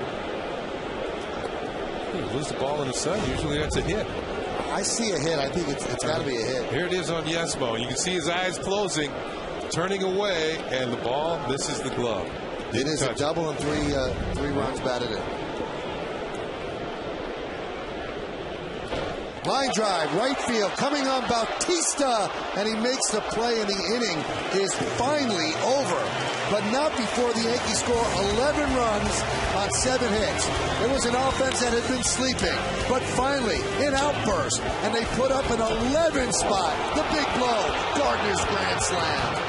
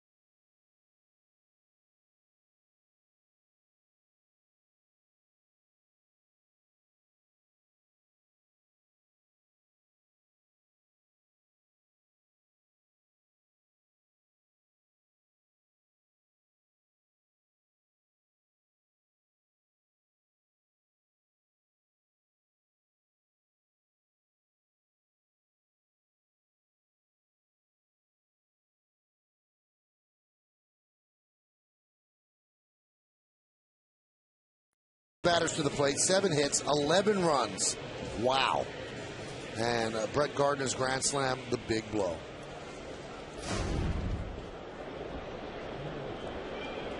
So Andy Pettitte now has to bounce back after a 37-minute rest. Now, sometimes the umpires will allow you a few more warm-up tosses. They know you've been in there a while. They don't want to risk anybody getting injured. So sometimes you get a little bit more than your required 8. Lined right at Jeter. 1 away. Now, Kenny, we've seen this before. A team that is not a contending team, and right now you'd say the Blue Jays aren't.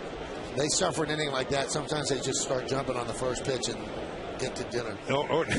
Ordinarily, I would say that true, but John Buck is one of those hitters in the Vlad Guerrero mode that he's up there hacking at the first fastball. So Andy Pettitte has a chance to pick up his 10th victory. And here's Aaron Hill. And there's a strike.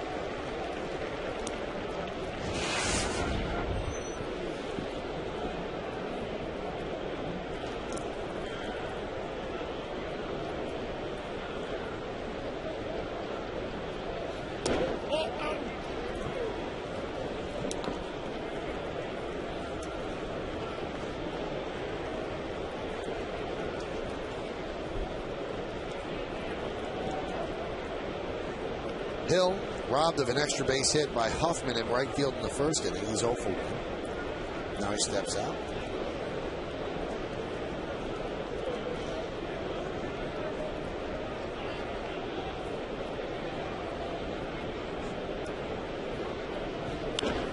That one's drilled deep to left field, but hooking foul.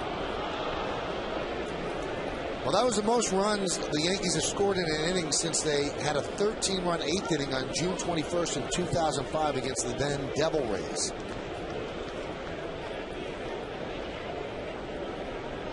That might have been an inning that made the Rays change their name.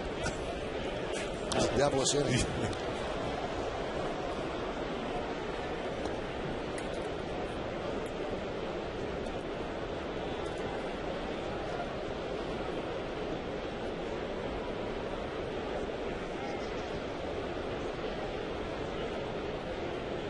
Big crowd at the stadium. Finally sees an offensive outburst. And the count 2-2. And you knew the Yankees are better than what they've been hitting. They're kind of a sleeping giant, so to speak. And they went 16-10 in June, and they hit just 245 as a team, which is extraordinarily low for the talent they have in their lineup. But they still made it work because of great pitching. If both components come together, they'll be real dangerous. Swing and a miss. Hill down on strikes. It's time for the New York State Smokers Quit Line quiz. And the question, who are the last two pairs of teammates to start an all-star game at shortstop and second base? It certainly looks as if Jeter and Cano will do that this year, unless there's a drastic change in the final voting. We'll find that out tomorrow. So we want to know the last two pairs of teammates to start an all-star game at short and second.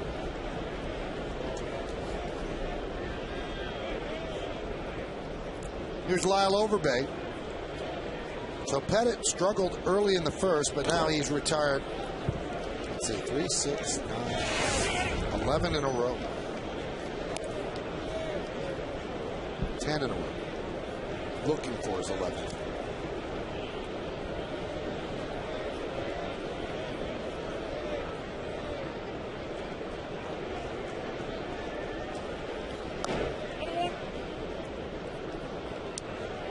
Count 1-1. And he has to go with the game plan just to try and pitch like he has a 1-run lead.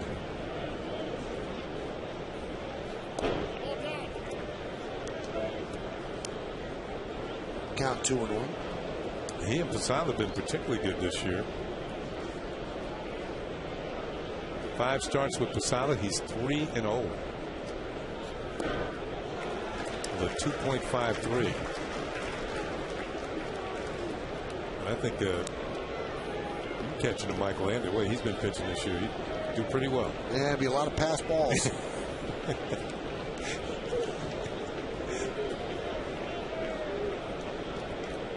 The 2-2. Count 3-2.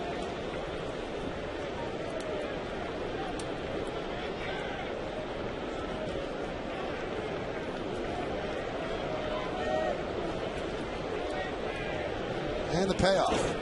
Grounded to second. Another 1-2-3 inning for Andy Pettitte. He's played 3.5. That a 13-pitch inning for Pettitte. 20 pitches over the last 2 innings to get 6 in a row. We go to the bottom of the 4th. Yankees are up by 9 over the Blue Jays.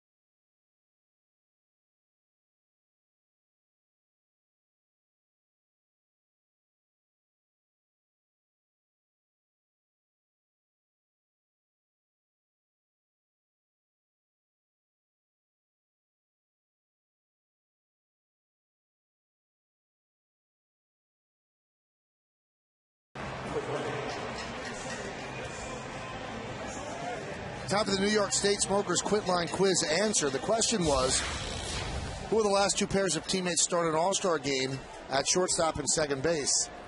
And the answer is Tejada and Brian Roberts, 2005 in Baltimore, and Rich Aurelia and Jeff Kent, 2001 with the Giants. And as we mentioned, it looks like Jeter and Cano will get that honor. Here's Posada against Brian Talent. Ground ball is short. Gonzalez. One pitch, one out. Well, Cito Gaston would like to see Talent eat up as many innings as possible before go. Oh. Well, things certainly heated up for the Yankees offensively in the third inning, but 98. 98. That's on field. That's over by the Yankee bat rack after last inning. Strike to Granderson.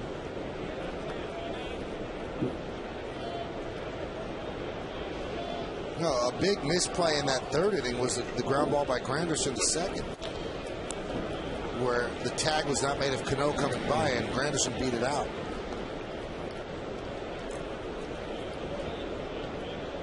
So now there's two away. All those little things fuel the inning for the bigger things to happen.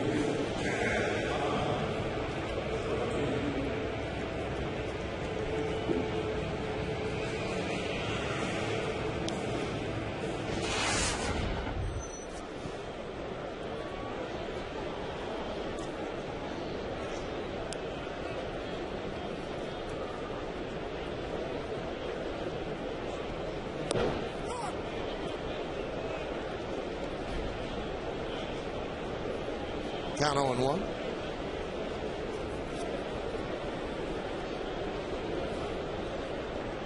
Speaking of Cito Gaston wanting Talent to go as far as he could, remember Talent had been a starter earlier this year. You don't want to dip in the bullpen too often. Tomorrow's game, the third and the final game of this series. Yankees have not really had much success against the Blue Jays so far this year, and they're going to play them a lot. A lot in the second half of the season.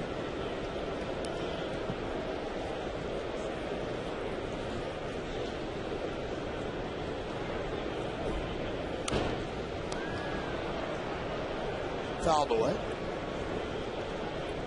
The Yankees have two more trips to Toronto.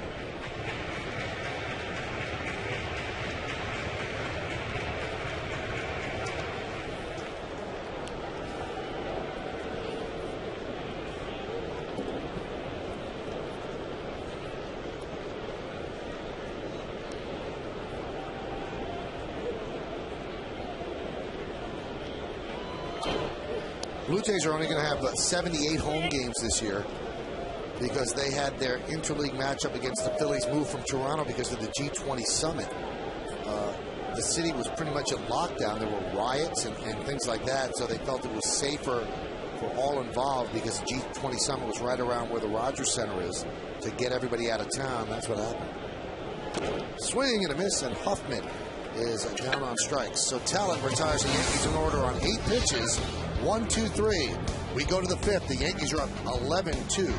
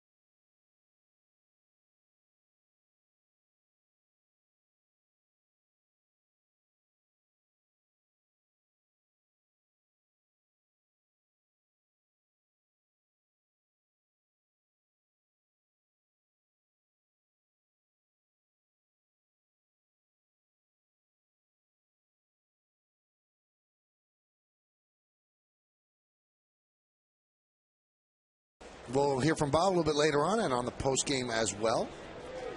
And Edwin Encarnacion will lead off against Andy Pettitte. Yankees up 11-2 in the 5th. And there's a strike.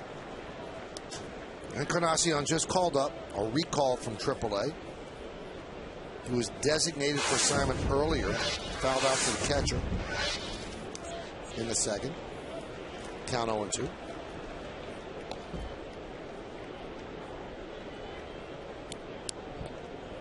Talking to Andy about this possibly being his last year. And it's hard to get a read on him because he said last year was also the perfect time to retire after winning the final game of the World Series, going 4-0 in the postseason. But he said he doesn't want to. He's kind of contradicting himself. He says, I don't want to walk away when I still have something left in the tank. But then he said he's probably going to walk away with something left in the tank because it's time to be home with the kids. So when is that time? I think he's going to take it year to year.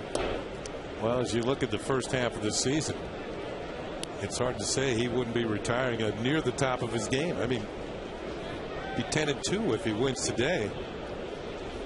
Almost like what Mike Messina did. Yeah. Won 20 games and walked away. The 2-2 just missed.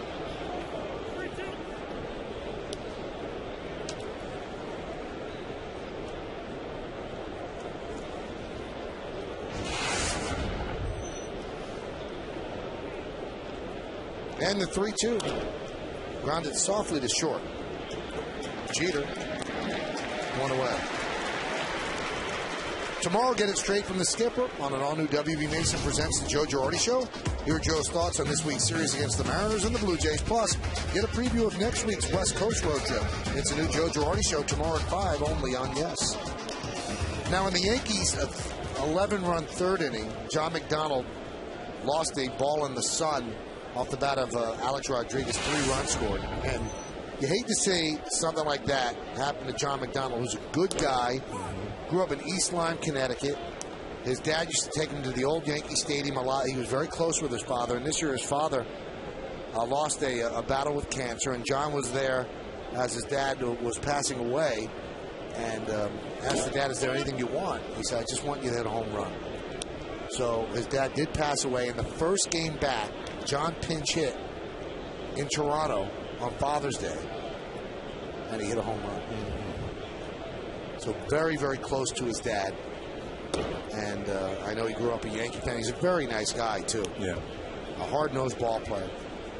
So I'm sure that had to eat away at him, losing the ball in the sun the way he did. Well, primarily he's been an infielder during the course of his career, but he's a very good utility player. Sure-handed at second, short, and third. But I haven't seen him very often in the outfield. Today he drew the assignment of playing left field, getting a chance to play. But as we all know, left field at Yankee Stadium on a sunny day is not the easiest of fields in the major leagues.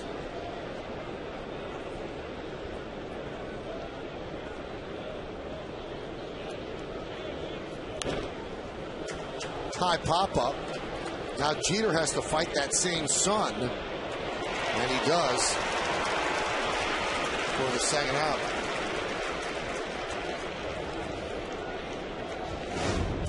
Now watch as Jeter has his glove in the air. Now you can see the shadow on his face. That's the help of the glove. He's got the sunglasses down, and he makes a play. But watch Brett Gardner coming right behind him, just in case the sun would pose a problem for the Yankee captain. But it did not.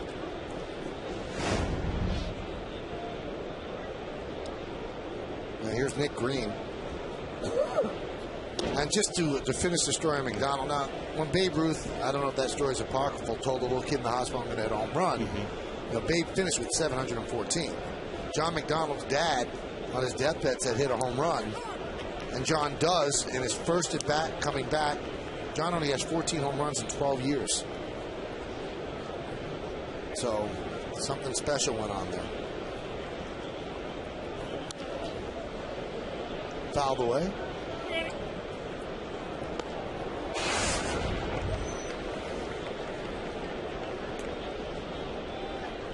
You were talking about the fact unusual that Nick Green gets to be the DH. He's infield. He's played a little outfield too. But Nick Green released by the Dodgers early this year, and the Blue Jays signed him. Ability to play several positions. Played a lot of shortstop. Was it last year for the Red Sox? Yeah, last year for the Red Sox. Is that revolving door up in Boston at the shortstop position included Dick Green.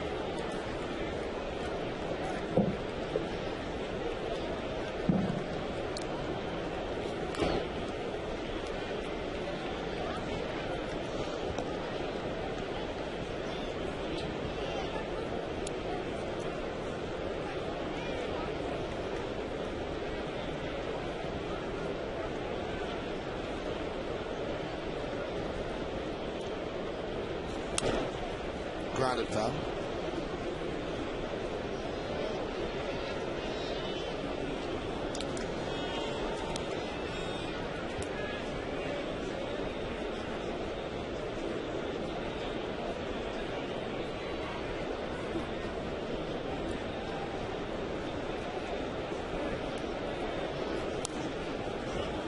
Andy moving from corner to corner. In.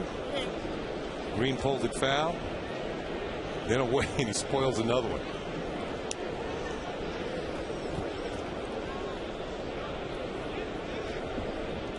Going to make yet another quick inning out of this one.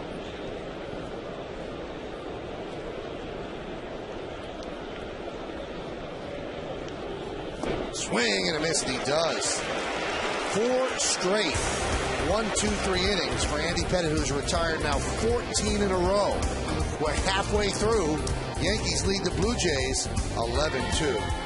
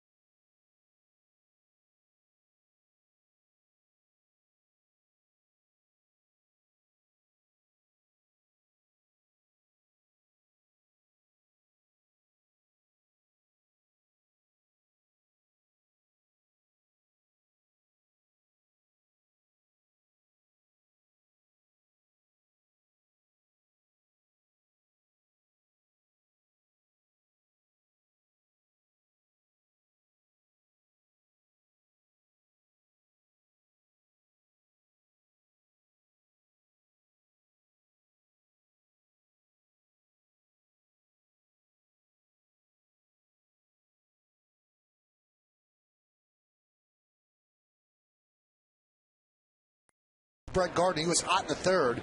2 for 2, 2 runs scored, and a grand slam. Look at that year he's put together, Kenny. You know, we actually did a piece on the batting practice show, and we didn't even mention Brett Gardner. He's having a really good season as well. Is it an all-star season? I'm not sure, but he's put together a really good first half. You know, and here's the guy that weren't sure he's going to play every single day in spring training. Didn't look that way, and all of a sudden he's earned his way into the lineup against left-handed, right-handed pitching. It's all because he has the ability to run, make the plays in the outfield. We saw that yesterday, and every once in a while, jack one into the seats.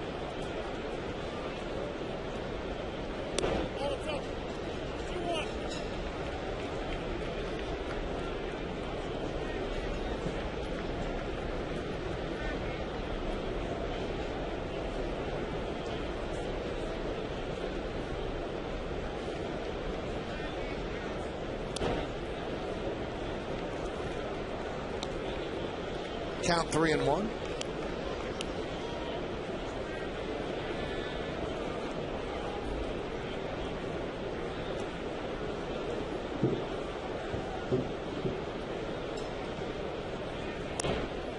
Gardner continues a perfect day with a walk. Time for another look at today's Toyota text poll. Once again, the question, and boy, this is out of left field, looking at Gardner. Who was the MVP of the Revolutionary War? You've been texting us at 58772, and here's how all you history buffs have voted. Of course, George Washington in a landslide, the father of our country with 71%. Ben Franklin next. No. Thomas Jefferson next, then Ben Franklin. John Adams, a distant fourth. Had a good book written about him, though. There was a good miniseries. Yeah, off the book. Yeah. You didn't like the Washington? No, I can see him. You know, he's on the $1. He's on the one, right? Yeah, I know you don't see many of those. You see the Franklins a lot on the 100. That's where Ben is, huh? No, I'll go with George Washington. I mean, you guys got a bridge named after him right down the road here. And it's usually packed. Well, you got a Ben Franklin Bridge in Philadelphia, right? Yeah. Is there a Thomas Jefferson Bridge? No bridge, you don't win.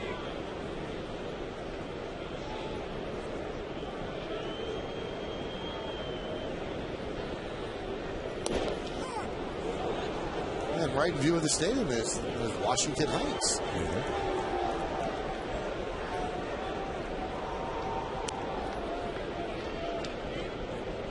That's a solid choice. Yeah, you really can't go wrong. Exactly. It's like punching Jeter's name for the All-Star game in short. Grounded to second. Out is made at second in a double play, 6-4-3. As Jeter bangs into a twin killing. And that's going to bring up Nick Swisher. So Jeter had walked his previous 3 plate appearances.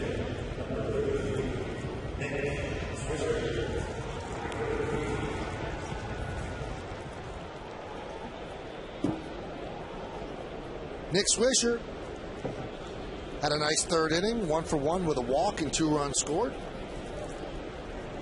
First 2 runners got on in the third, and then Swisher ran the hands of the bunt, took a strike, and then swung away and kind of blooped a single in the left field. That loaded the bases. Then Mark Teixeira ripped one inside third for a 2-run double. Then a slow roller by Alex Rodriguez to short. That scored another run. Then Cano, an RBI single. Posada flied out to center. Granderson, an infield single to second. Chad Huffman was hit by a pitch, and then the game was broken open when Brett Gardner hit a grand slam into the seats in right. Yankees got 3 more runs after that. A walk to Jeter, a walk to Swisher, a walk to Teixeira, and then Alex Rodriguez's fly ball to left was lost in the sun by John McDonald. All 3 runners scored, so Alex in this game has 4 ribbies and now 61 on the season. The Blue Jays got their 2 runs in the first inning. A home run by Bautista, 2-run shot against Andy Pettitte. But boy, Pettitte has calmed down since then. He has been perfect. Last 4 innings, 1-2-3. The 1-2. Soft ground ball. Grabbed there by Encarnacion. And that'll do it. So the minimum 3 batters in the 5th against Talent.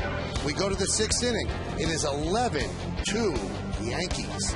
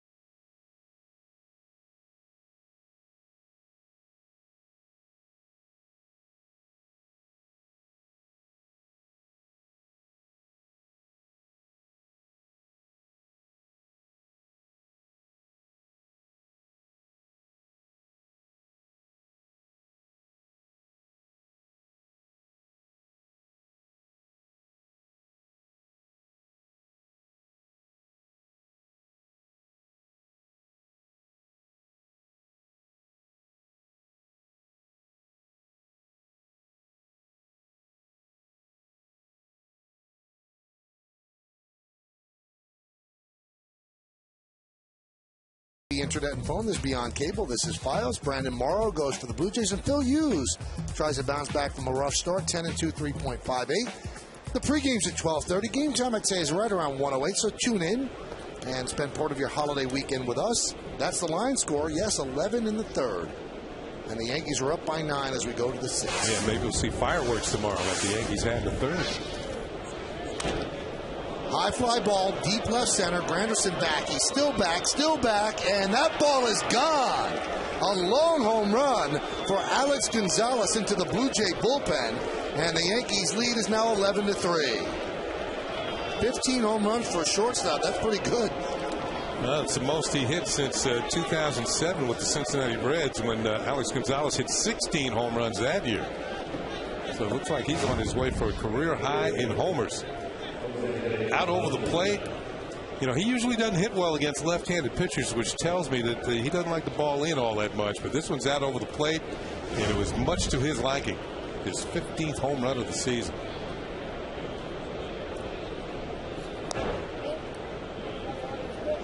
Here's another look, and target's away. It looked like it was towards the target, maybe up a little bit. And here's a long ride towards the bullpen.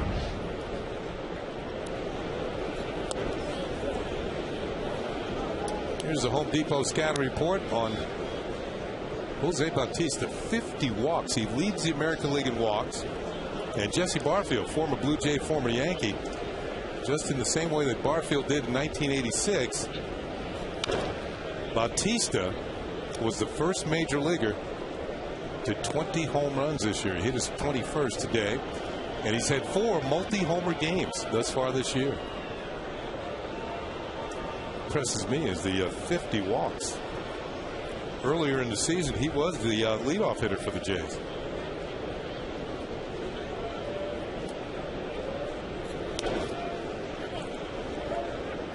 And here's a look at the home run in the first inning with a man aboard. Once again, out over the plate and towards center field. Granderson's going to run out of room. 21 home runs, leads the American League. Popped up.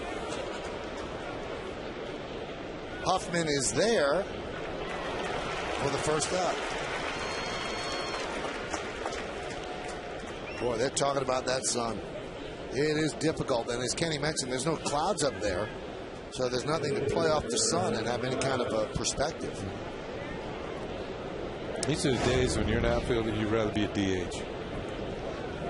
Huffman stays with it, makes the catch. So Nick Swisher's got the last laugh on anybody.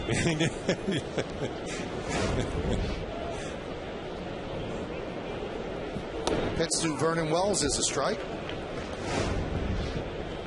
Talking things over, and I think it's all right, you know. And better talk to Gardner. He's the one who's going to have the problem. Swing and a miss in the count 0-2. Nice off-speed pitch. Wells is 0 for 1 with a walk. Wells is now 0 for his last 16, so he's kind of ruining what was a great start for him. He walked in the first and grounded to third in the third. Just missed outside. Count 1-2. And Wells has great numbers against Pettitte coming into this game, a .354 average. Lifetime against Pettitte, 17 for 48, so now 17 for 49. Foul back.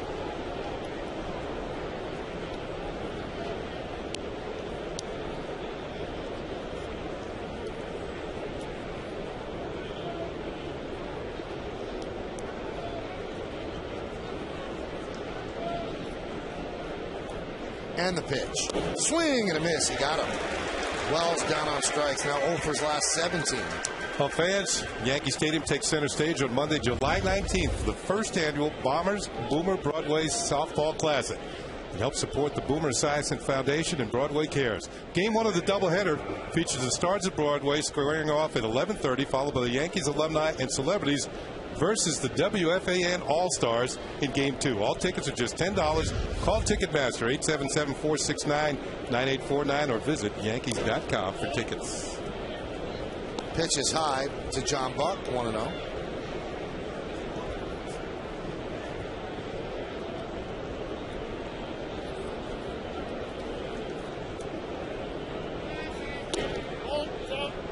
count 2-0.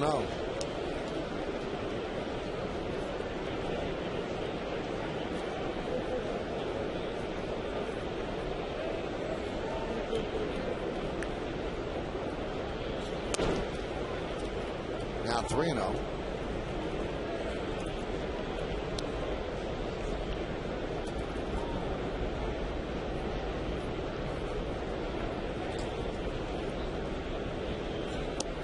Laid that one right in there. Pettitte is looking to complete at least 6 innings for the 13th time in his last 16 starts. So he is giving the Yankees length. You always want at least 6 out of your starter.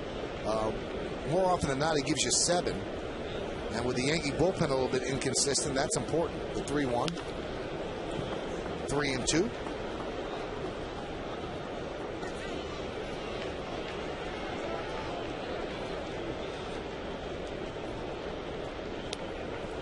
Moving up on the all-time wins list.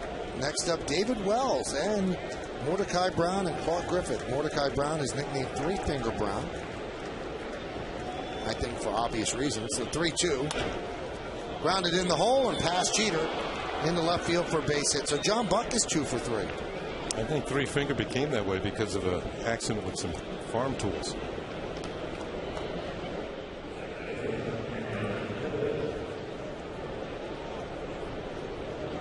That's the same thing with the former Yankee Bob Wickman. In a farming accident, he lost the tip of his middle finger, and it turned out to be fortuitous for him.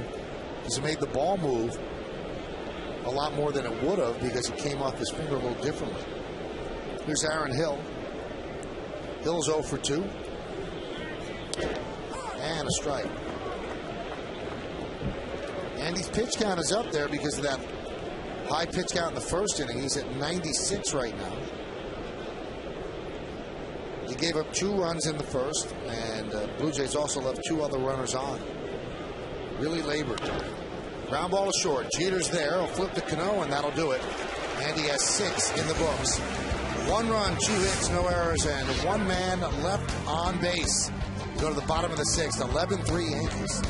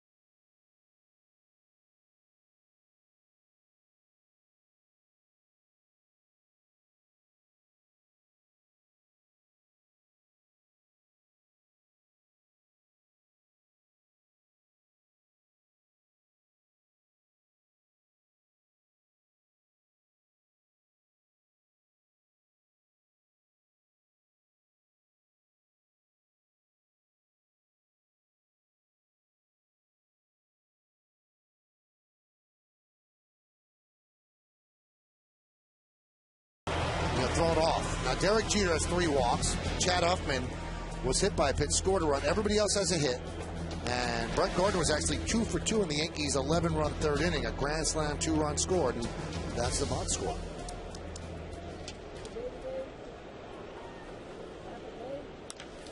Teixeira reps one to left field. McDonald turns, looks, and he'll play it off the wall.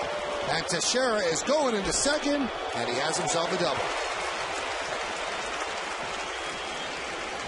Looked like that ball had some overspin. Teixeira's second two-base hit of the ball game. And for a moment, I thought it's going to carry on into the seats in left field. A good swing. And running hard out of the box. The only way he made a double because McDonald played this very well off the wall. Comes right back to him, gets the ball in quickly, and Teixeira slides in ahead of the tag. And it's his 17th double of the year. There's a new center fielder for the Jays. Dwayne Wise. Yeah, that Vernon Wells getting the rest of the afternoon off. Here's Alex Rodriguez, 4 RBIs in this game, and 3 of them kind of gift RBIs, but he'll take them. He hit a fly ball, which would have been the final out of the inning, with the bases loaded to John McDonald, and John lost the ball in the sun. Ball dropped onto the grass, and with the runners going on the 3-2, they scored easily. And he picked up 3 ribbies. He had an RBI and a ground out earlier in the inning. It's interesting, Kenny, because if you look at the body of Alex's work this half season, you say, well, he hasn't been Alex. His batting average is .279. He has just 12 home runs. But 61 ribbies is very good. He's not even at the halfway point. Yeah, you're thinking 130. Yeah, maybe right. plus. And you're thinking if he gets hot in all the other categories, an easy 130. Yeah, he has 61, and he hasn't been swinging the bat that great. You know what? But he has been hitting well with runners in scoring position this year. He's over 300, close to 330 in that category. So maybe not the home run production, but the production with runners in scoring position. He has a runner in scoring position right now.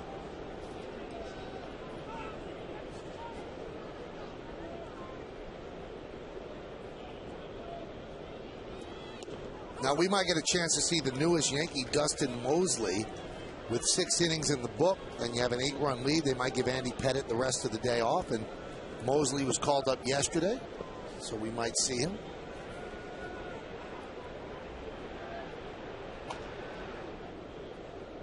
Funny how some numbers, I've been warned by many people. I saw number 40, and I immediately thought of Andy Hawkins.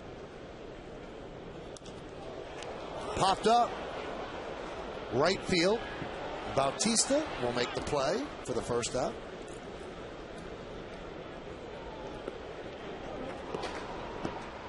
Wasn't Andy Hawkins who threw a no-hitter and lost it?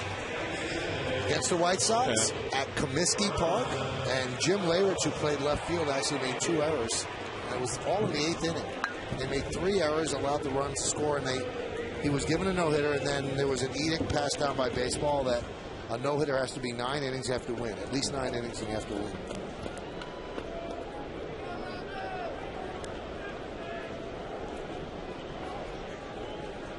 I think it was also that year, or it could have been the year before. They kind of all blend in.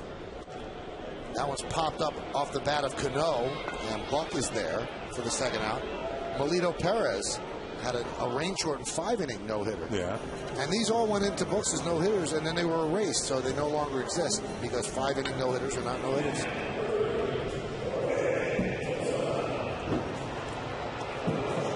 So Teixeira remains at second. Hey, by the way, Teixeira has 2 doubles today. Significant. It's the first time since he had that 3-home-run game against the Red Sox on May 8th that he's had multiple extra base hits in the game, so maybe he's starting to come around now. Had his 12-game hitting streak snapped yesterday, but starting another one today.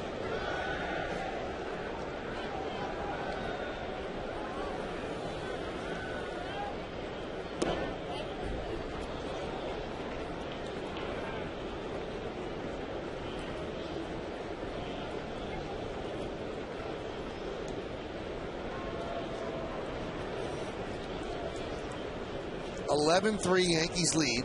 Bottom of the 6th. That one's driven to left field. Deep. McDonald back. And he'll make the play right near the warning track for the final out of the inning. So the leadoff double is wasted. No runs are hit, no errors, and 1 man left on base. McDonald fights the sun again, and this time the sun doesn't win as the ball settles into McDonald's glove.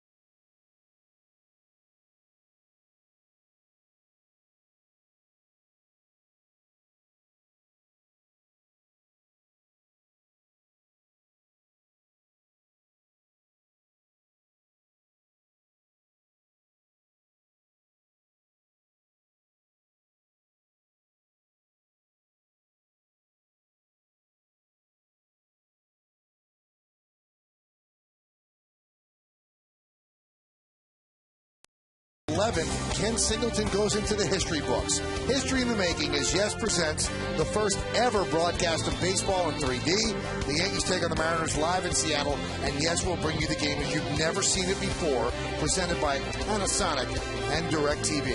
3D coverage starts next Saturday, July 10th at 10 p.m. Call your cable or satellite provider for details on their 3D offering. That's not the way that was written, was it? No, I ad-libbed. So we're going to get our first look at Dustin Mosley. He is making his Yankee Major League debut, or Yankee debut. He's obviously been in the Major Leagues. And Posada and he going over some signs now. He came up yesterday. He had been in AAA. And at Grant Wilkes-Barre as a starter, 12 starts, 4-4, 4.21. Opponents at 285 against him. He could have declared free agency if the Yankees didn't call him up by July 1st. They asked for one extra day, and they sent down Boone Logan to make room for Mosley. Shattered bat. Overbay grounds one to short. And there's one away, one pitch, one out. Yeah, right away you saw the sinking fastball, and it just headed for the end of the bat, and there's the results of a good sinker from Dustin Mosley. And you see the ball moving away from Overbay. And Mosley, of course, had been with the Angels for a number of years. A lot of injury problems. You can see the ball headed towards Jeter. And a good movement on that pitch. Man.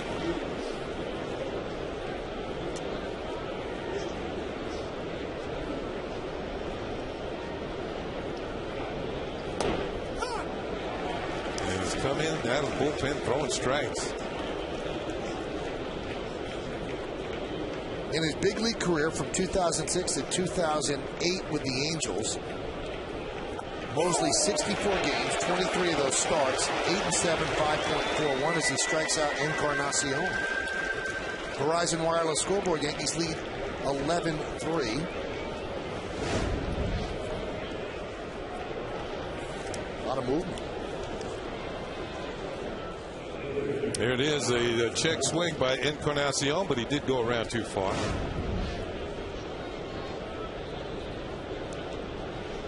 He did spend part of last season with the Angels, just 14 innings pitched. And that one's right back to Mosley, and John McDonald is retired, so Mosley works a 1-2-3 inning in his first Yankee appearance, a 5-pitch 1-2-3 inning.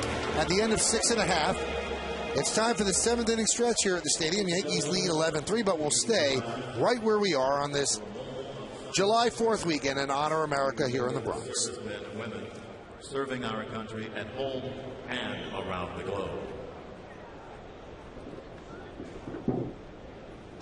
Thank you. Now Kate Smith's rendition of God Bless America.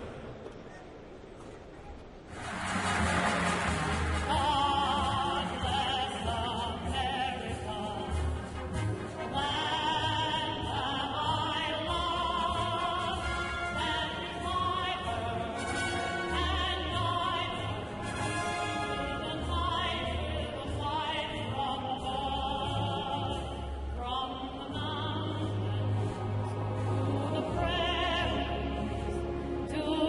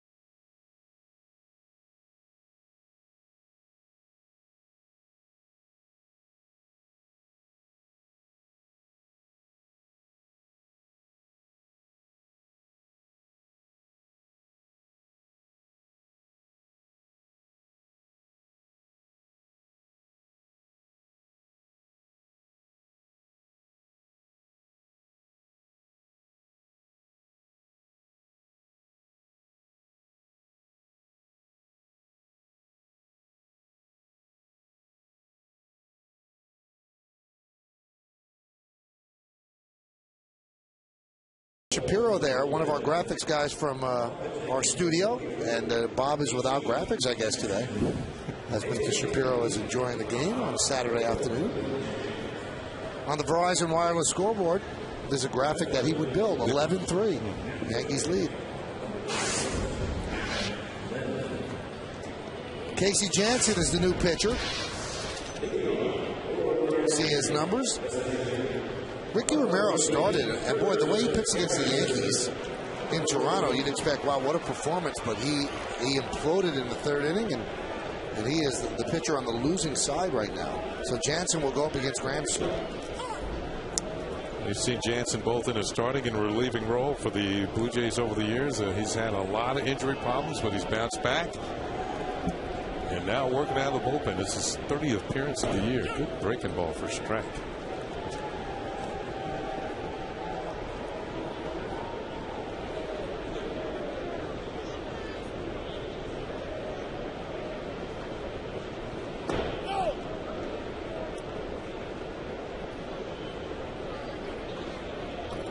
Blue Jays also have a new first baseman in the game. It's Adam Lynn. Yeah. So Overbay gets the rest of the day off. The 1-2. Hot shot up the middle. Slowed down by Jansen. Grabbed there by Gonzalez. And I believe that'll be a 1-6-3. Yankees baseball on Yes is brought to you in part by J&R Music and Computer World. And by Toyota, the official hybrid vehicle of the New York Yankees. Yeah, I believe that glanced off Jansen's leg. Slowed it down enough for Gonzalez to make the play.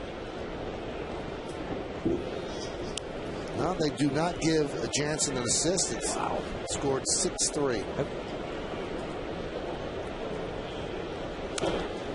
Foul out.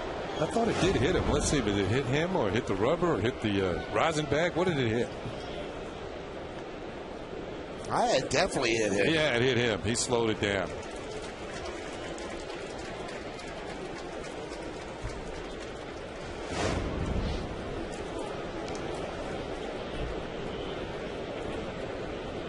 How about this stat, Kenny? If the Yankees hold on, they do change it now. They saw the replay in Yes-Mo, and they give a 1-6-3 on that. There's no doubting the Yes-Mo, I will tell you that. Here's another look at it. It slowed it down. It looked as when it was hit, might have gotten through the middle. Get back to the bench and yell at the pitcher, get out of the way. Well, if Andy Pettitte wins this game, if the Yankees hold on to win, it'll be Pettitte's 10th victory of the year. Significant? Yeah. As Huffman goes down swinging. No major league team has had a trio of pitchers, each with 10 or more wins this early in a season that threw 80 games since the 1999 Astros. And those three were the late Jose Lima, Shane Reynolds, and Mike Hampton. The Yankees have had 3 10-game winners through the first 80 games only once in the past 58 seasons. And that was in 1998. It was David Combs, David Wells, and, by the way, Andy Pettitte. It was Brett Gardner.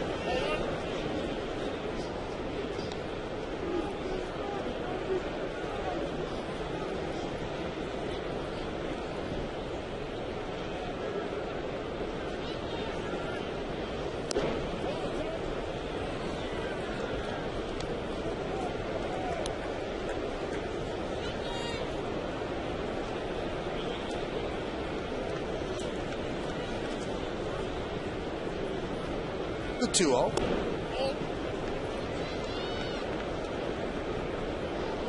Three and 0.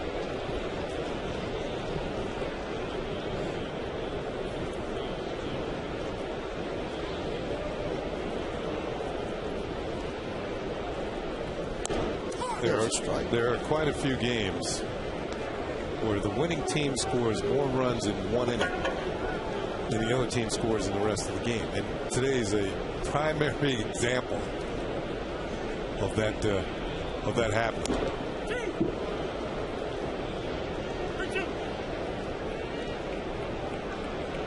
As the Yankees will play back for 37 minutes. 37 minutes.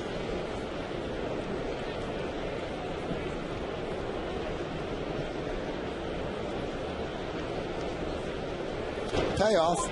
That's an impressive inning as Hill throws out Gardner, and the Yankees go down in order against Casey Jansen. 1, 2, 3, and we go to the 8th inning. Yankees are up 11-3 on Yes.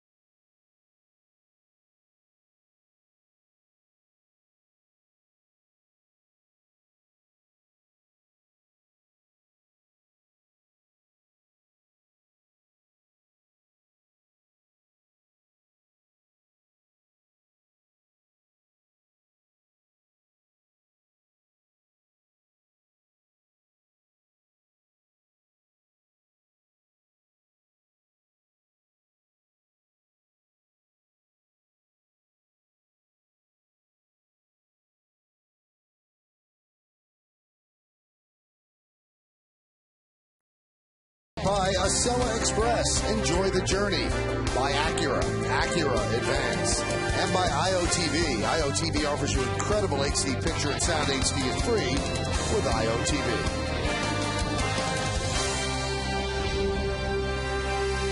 A couple of the big guns get the rest of the afternoon off. Kevin Russo takes over for Alex Rodriguez at third. Romero Pena for Jeter at short. Dustin Mosley, his second inning of work. Nick Green swings and misses. Yankees up by 8.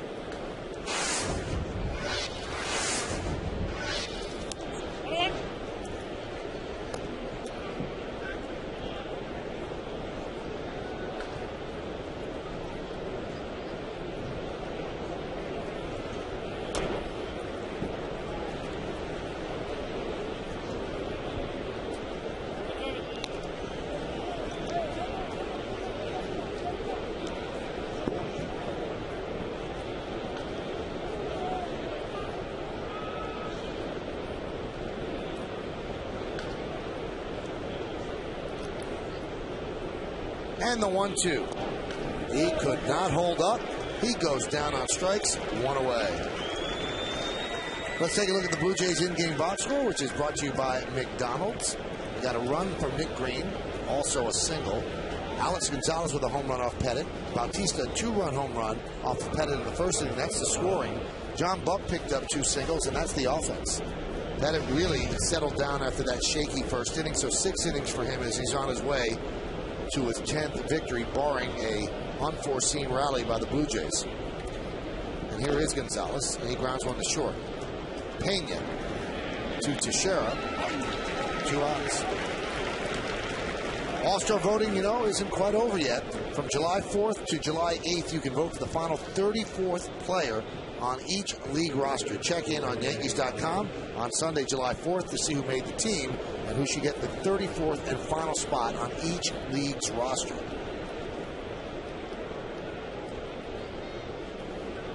The Yankees' 11-run third inning is more than they had scored in the first 4 games of this homestand combined.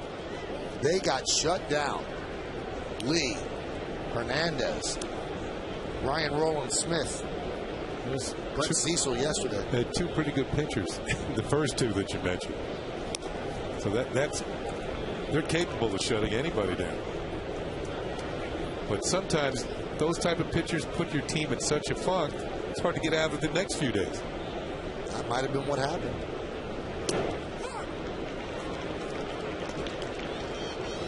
It's almost facing somebody like Tim Wakefield out of the blue. You don't see many knuckleball pitchers. And then the after effects, the ripples are still there. Facing Jamie Moyer, the same sort of thing. Bautista trying for his 22nd home run.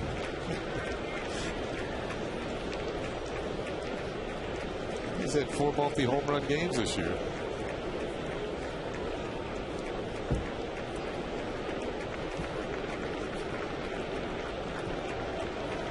So far from Mosley, we've seen a pretty good sinker, a lot of movement on the fastball, very sharp breaking ball on the check swing by Green that struck him out.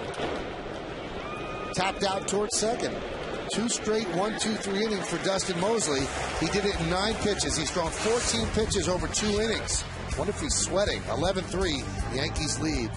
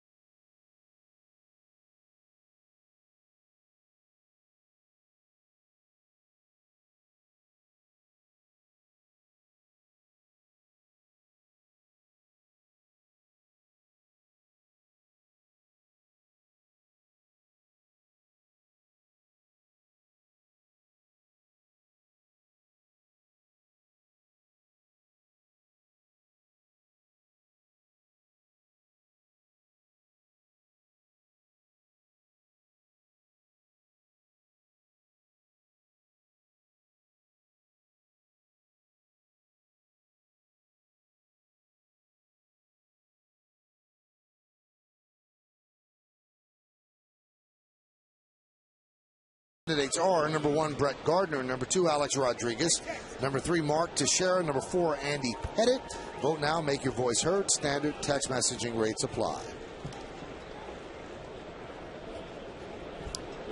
The Jays have made a change, and Nick Green has gone from DH to playing shortstop. Alex Gonzalez out of the game. He's Casey Jansen. Is now batting in the second spot where Gonzalez was. Romero Pena, his first at bat of the day after taking over for Jeter in the top of the inning. Grounded softly to first. And the 3-1 put up is the first out of the inning.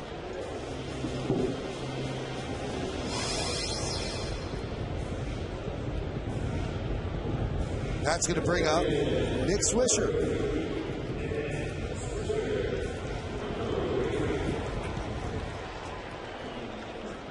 Swisher is 1 for 3 with a walk and 2 runs scored.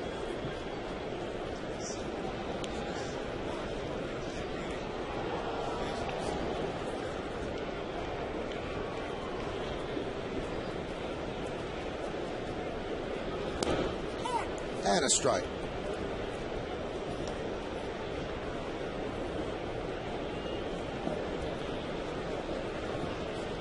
Yankees have moved Colin Curtis out on deck. Pinch hit for Teixeira.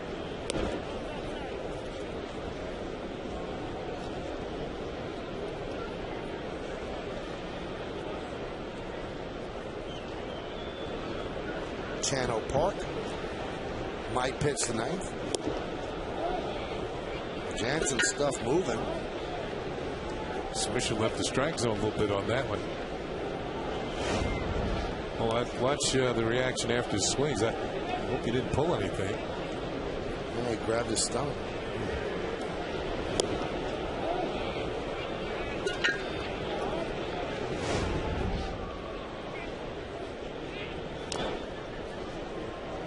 tested it out. Seems okay. Ball's out of the zone, and there's the follow-through. Certainly looking different for Nick. Looking different because he actually chased the pitch out of the strike zone. Usually he doesn't do that.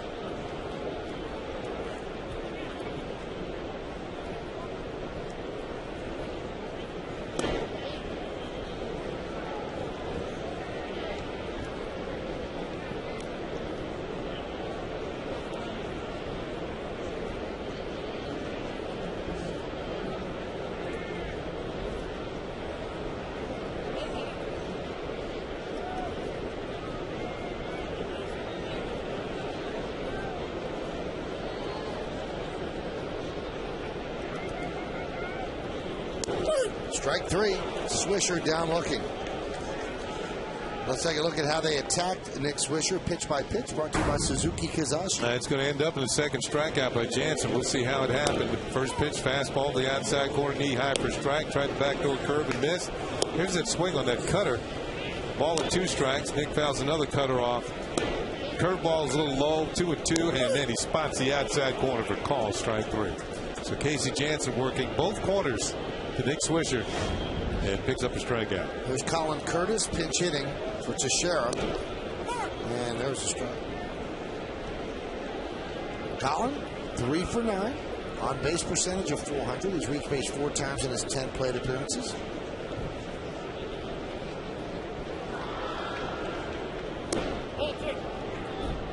Had his first big league hit at Chase Field in Arizona. Had an RBI and a ground out to tie the game in the 9th inning against the Dodgers on Sunday.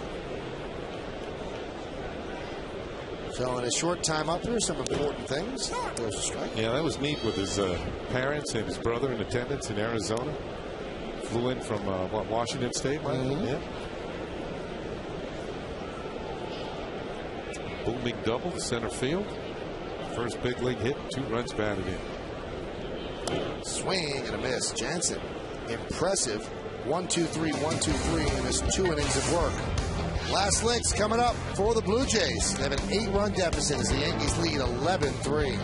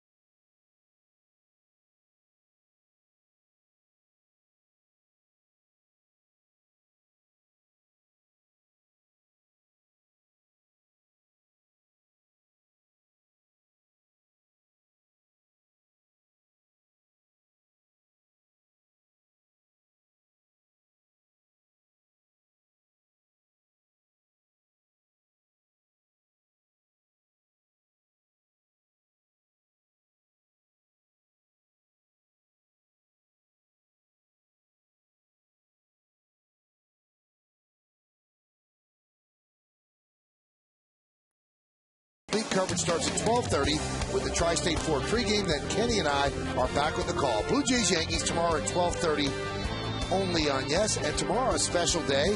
It's July 4th, the birthday of our country, and also the birthday of the owner of the Yankees, George Steinbrenner, and it will be George Steinbrenner's 80th birthday. And to honor the owner of the team, tomorrow the Yankees are going to pay tribute by having all 7 World Championship trophies won under George Steinbrenner's ownership right outside the Yankees Museum, which is located down the right field line, 200 level concourse. So if you'd like to see those 7 trophies from 77, 78, 96, 98, 99, 2000, and 2009, that's where you'll see it. And kind of a nice way to celebrate the 80th birthday of the Yankee owner. A nice touch, and usually a museum in itself is quite an experience. Wise against Chano Park. Skies one to center. Gardner shading his eyes from the sun, puts it away for the first out. A couple of changes for the Yanks. But adding those trophies makes it even better. Gardner's moved over to center field. Colin Curtis is now in left field. Posada's at first. And Cervelli is now catching. We've got a new pitcher on the mound, Chano Park.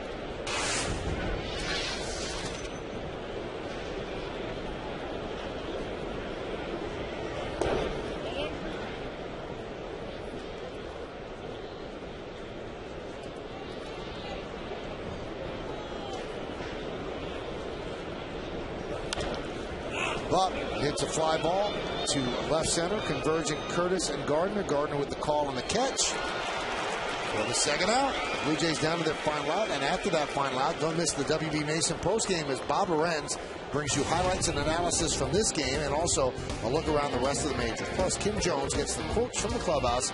It's all coming up on the WB Mason postgame only on Yes.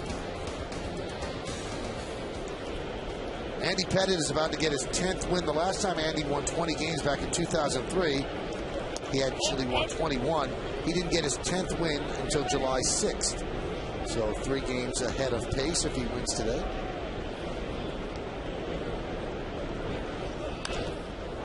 And Hill hits one deep to left center. Back is Gardner. He'll make the play on the warning track, and he ties a major league record held by many. 3 straight putouts as the Blue Jays go down in order against Chano Park, and the Yankees win this game 11-3. Gardner, he's the star of this one. A grand slam in the Yankees' 11-run third inning. Also scored another run that inning, so 2 runs scored and 4 ribbies. His first grand slam of his career, and the Yankees' 8th of the season. Stick around for the postgame show to find out who's today's Chevy player of the game. Let's check out now the Land Rover drive of the game. Why get a car when you can own a Land Rover? Here we go. Bases loaded. Not anymore. One swing of the bat. Brett Gardner's first ever grand slam. The Yankees, that's the big blow of the third inning when they scored 11 times. Brett Gardner with a Land Rover drive of the game. And after getting an award like the Land Rover drive of the game, he also has the honor of talking with Kimberly Jones. Kim? He does indeed, Michael. Brett, you lead off that third inning. You feel like you really started something there? Yeah, felt like I started a little rally, and 15, 20 minutes later, got back in the box. You did. A single followed by a grand slam. First career grand slam. What can you tell us about it? Bases loaded, 2 outs. Just try to get a good pitch to hit, and fought off a couple cutters early and got behind, worked the count back to full, and got a fastball and didn't miss it. You're a humble guy, low-key, but you love showing off that power every once in a while, don't you? Yeah, it feels good because I don't hit many of them, so when I do, I enjoy them. 11 runs in that third inning, more than you guys had scored in the first 4 games of this homestand. What do those 37 minutes feel like, especially when you get 2 at-bats, but in the dugout, what's the chatter like? Oh, obviously very upbeat, very excited, and our offense has been struggling lately, so it's just a crazy game we play sometimes. I mean, struggling for days and days and days in a row to score a couple runs here and there, and to score 11 in 30 or 40 minutes in 1 inning. Like I said, it's just a crazy game, and fortunate to come out on top today. You obviously don't expect that exact way to play out in that third, but when you look around the guys in this lineup, do you almost expect that once you guys start going, you would explode a little bit like that? Yeah, I think so. I mean, we've got some guys that are capable of getting on base, and we got some guys that are capable of driving in runs, and pretty much top to bottom of our lineup, if we can click and we keep going, we feel pretty good about our chances no matter who's on the mound. So, it was a good day for us to come back, score some runs. Andy pitched great, kept things under control, and good win for us. Hopefully, come out, win the series tomorrow, and then head back to California. It's hot and you're tired. We'll let you get inside. Thank you, Brett. Thank you. Michael. Thanks, Kim, and thanks, Brett. As Brett Gardner with a grand slam in that 11-run third inning as the Yankees hold on to win this one 11-3 and even the series at a game apiece. We got more to come, and then Bob Lorenz with the postgame show. Stick around. Yankees win 11-3.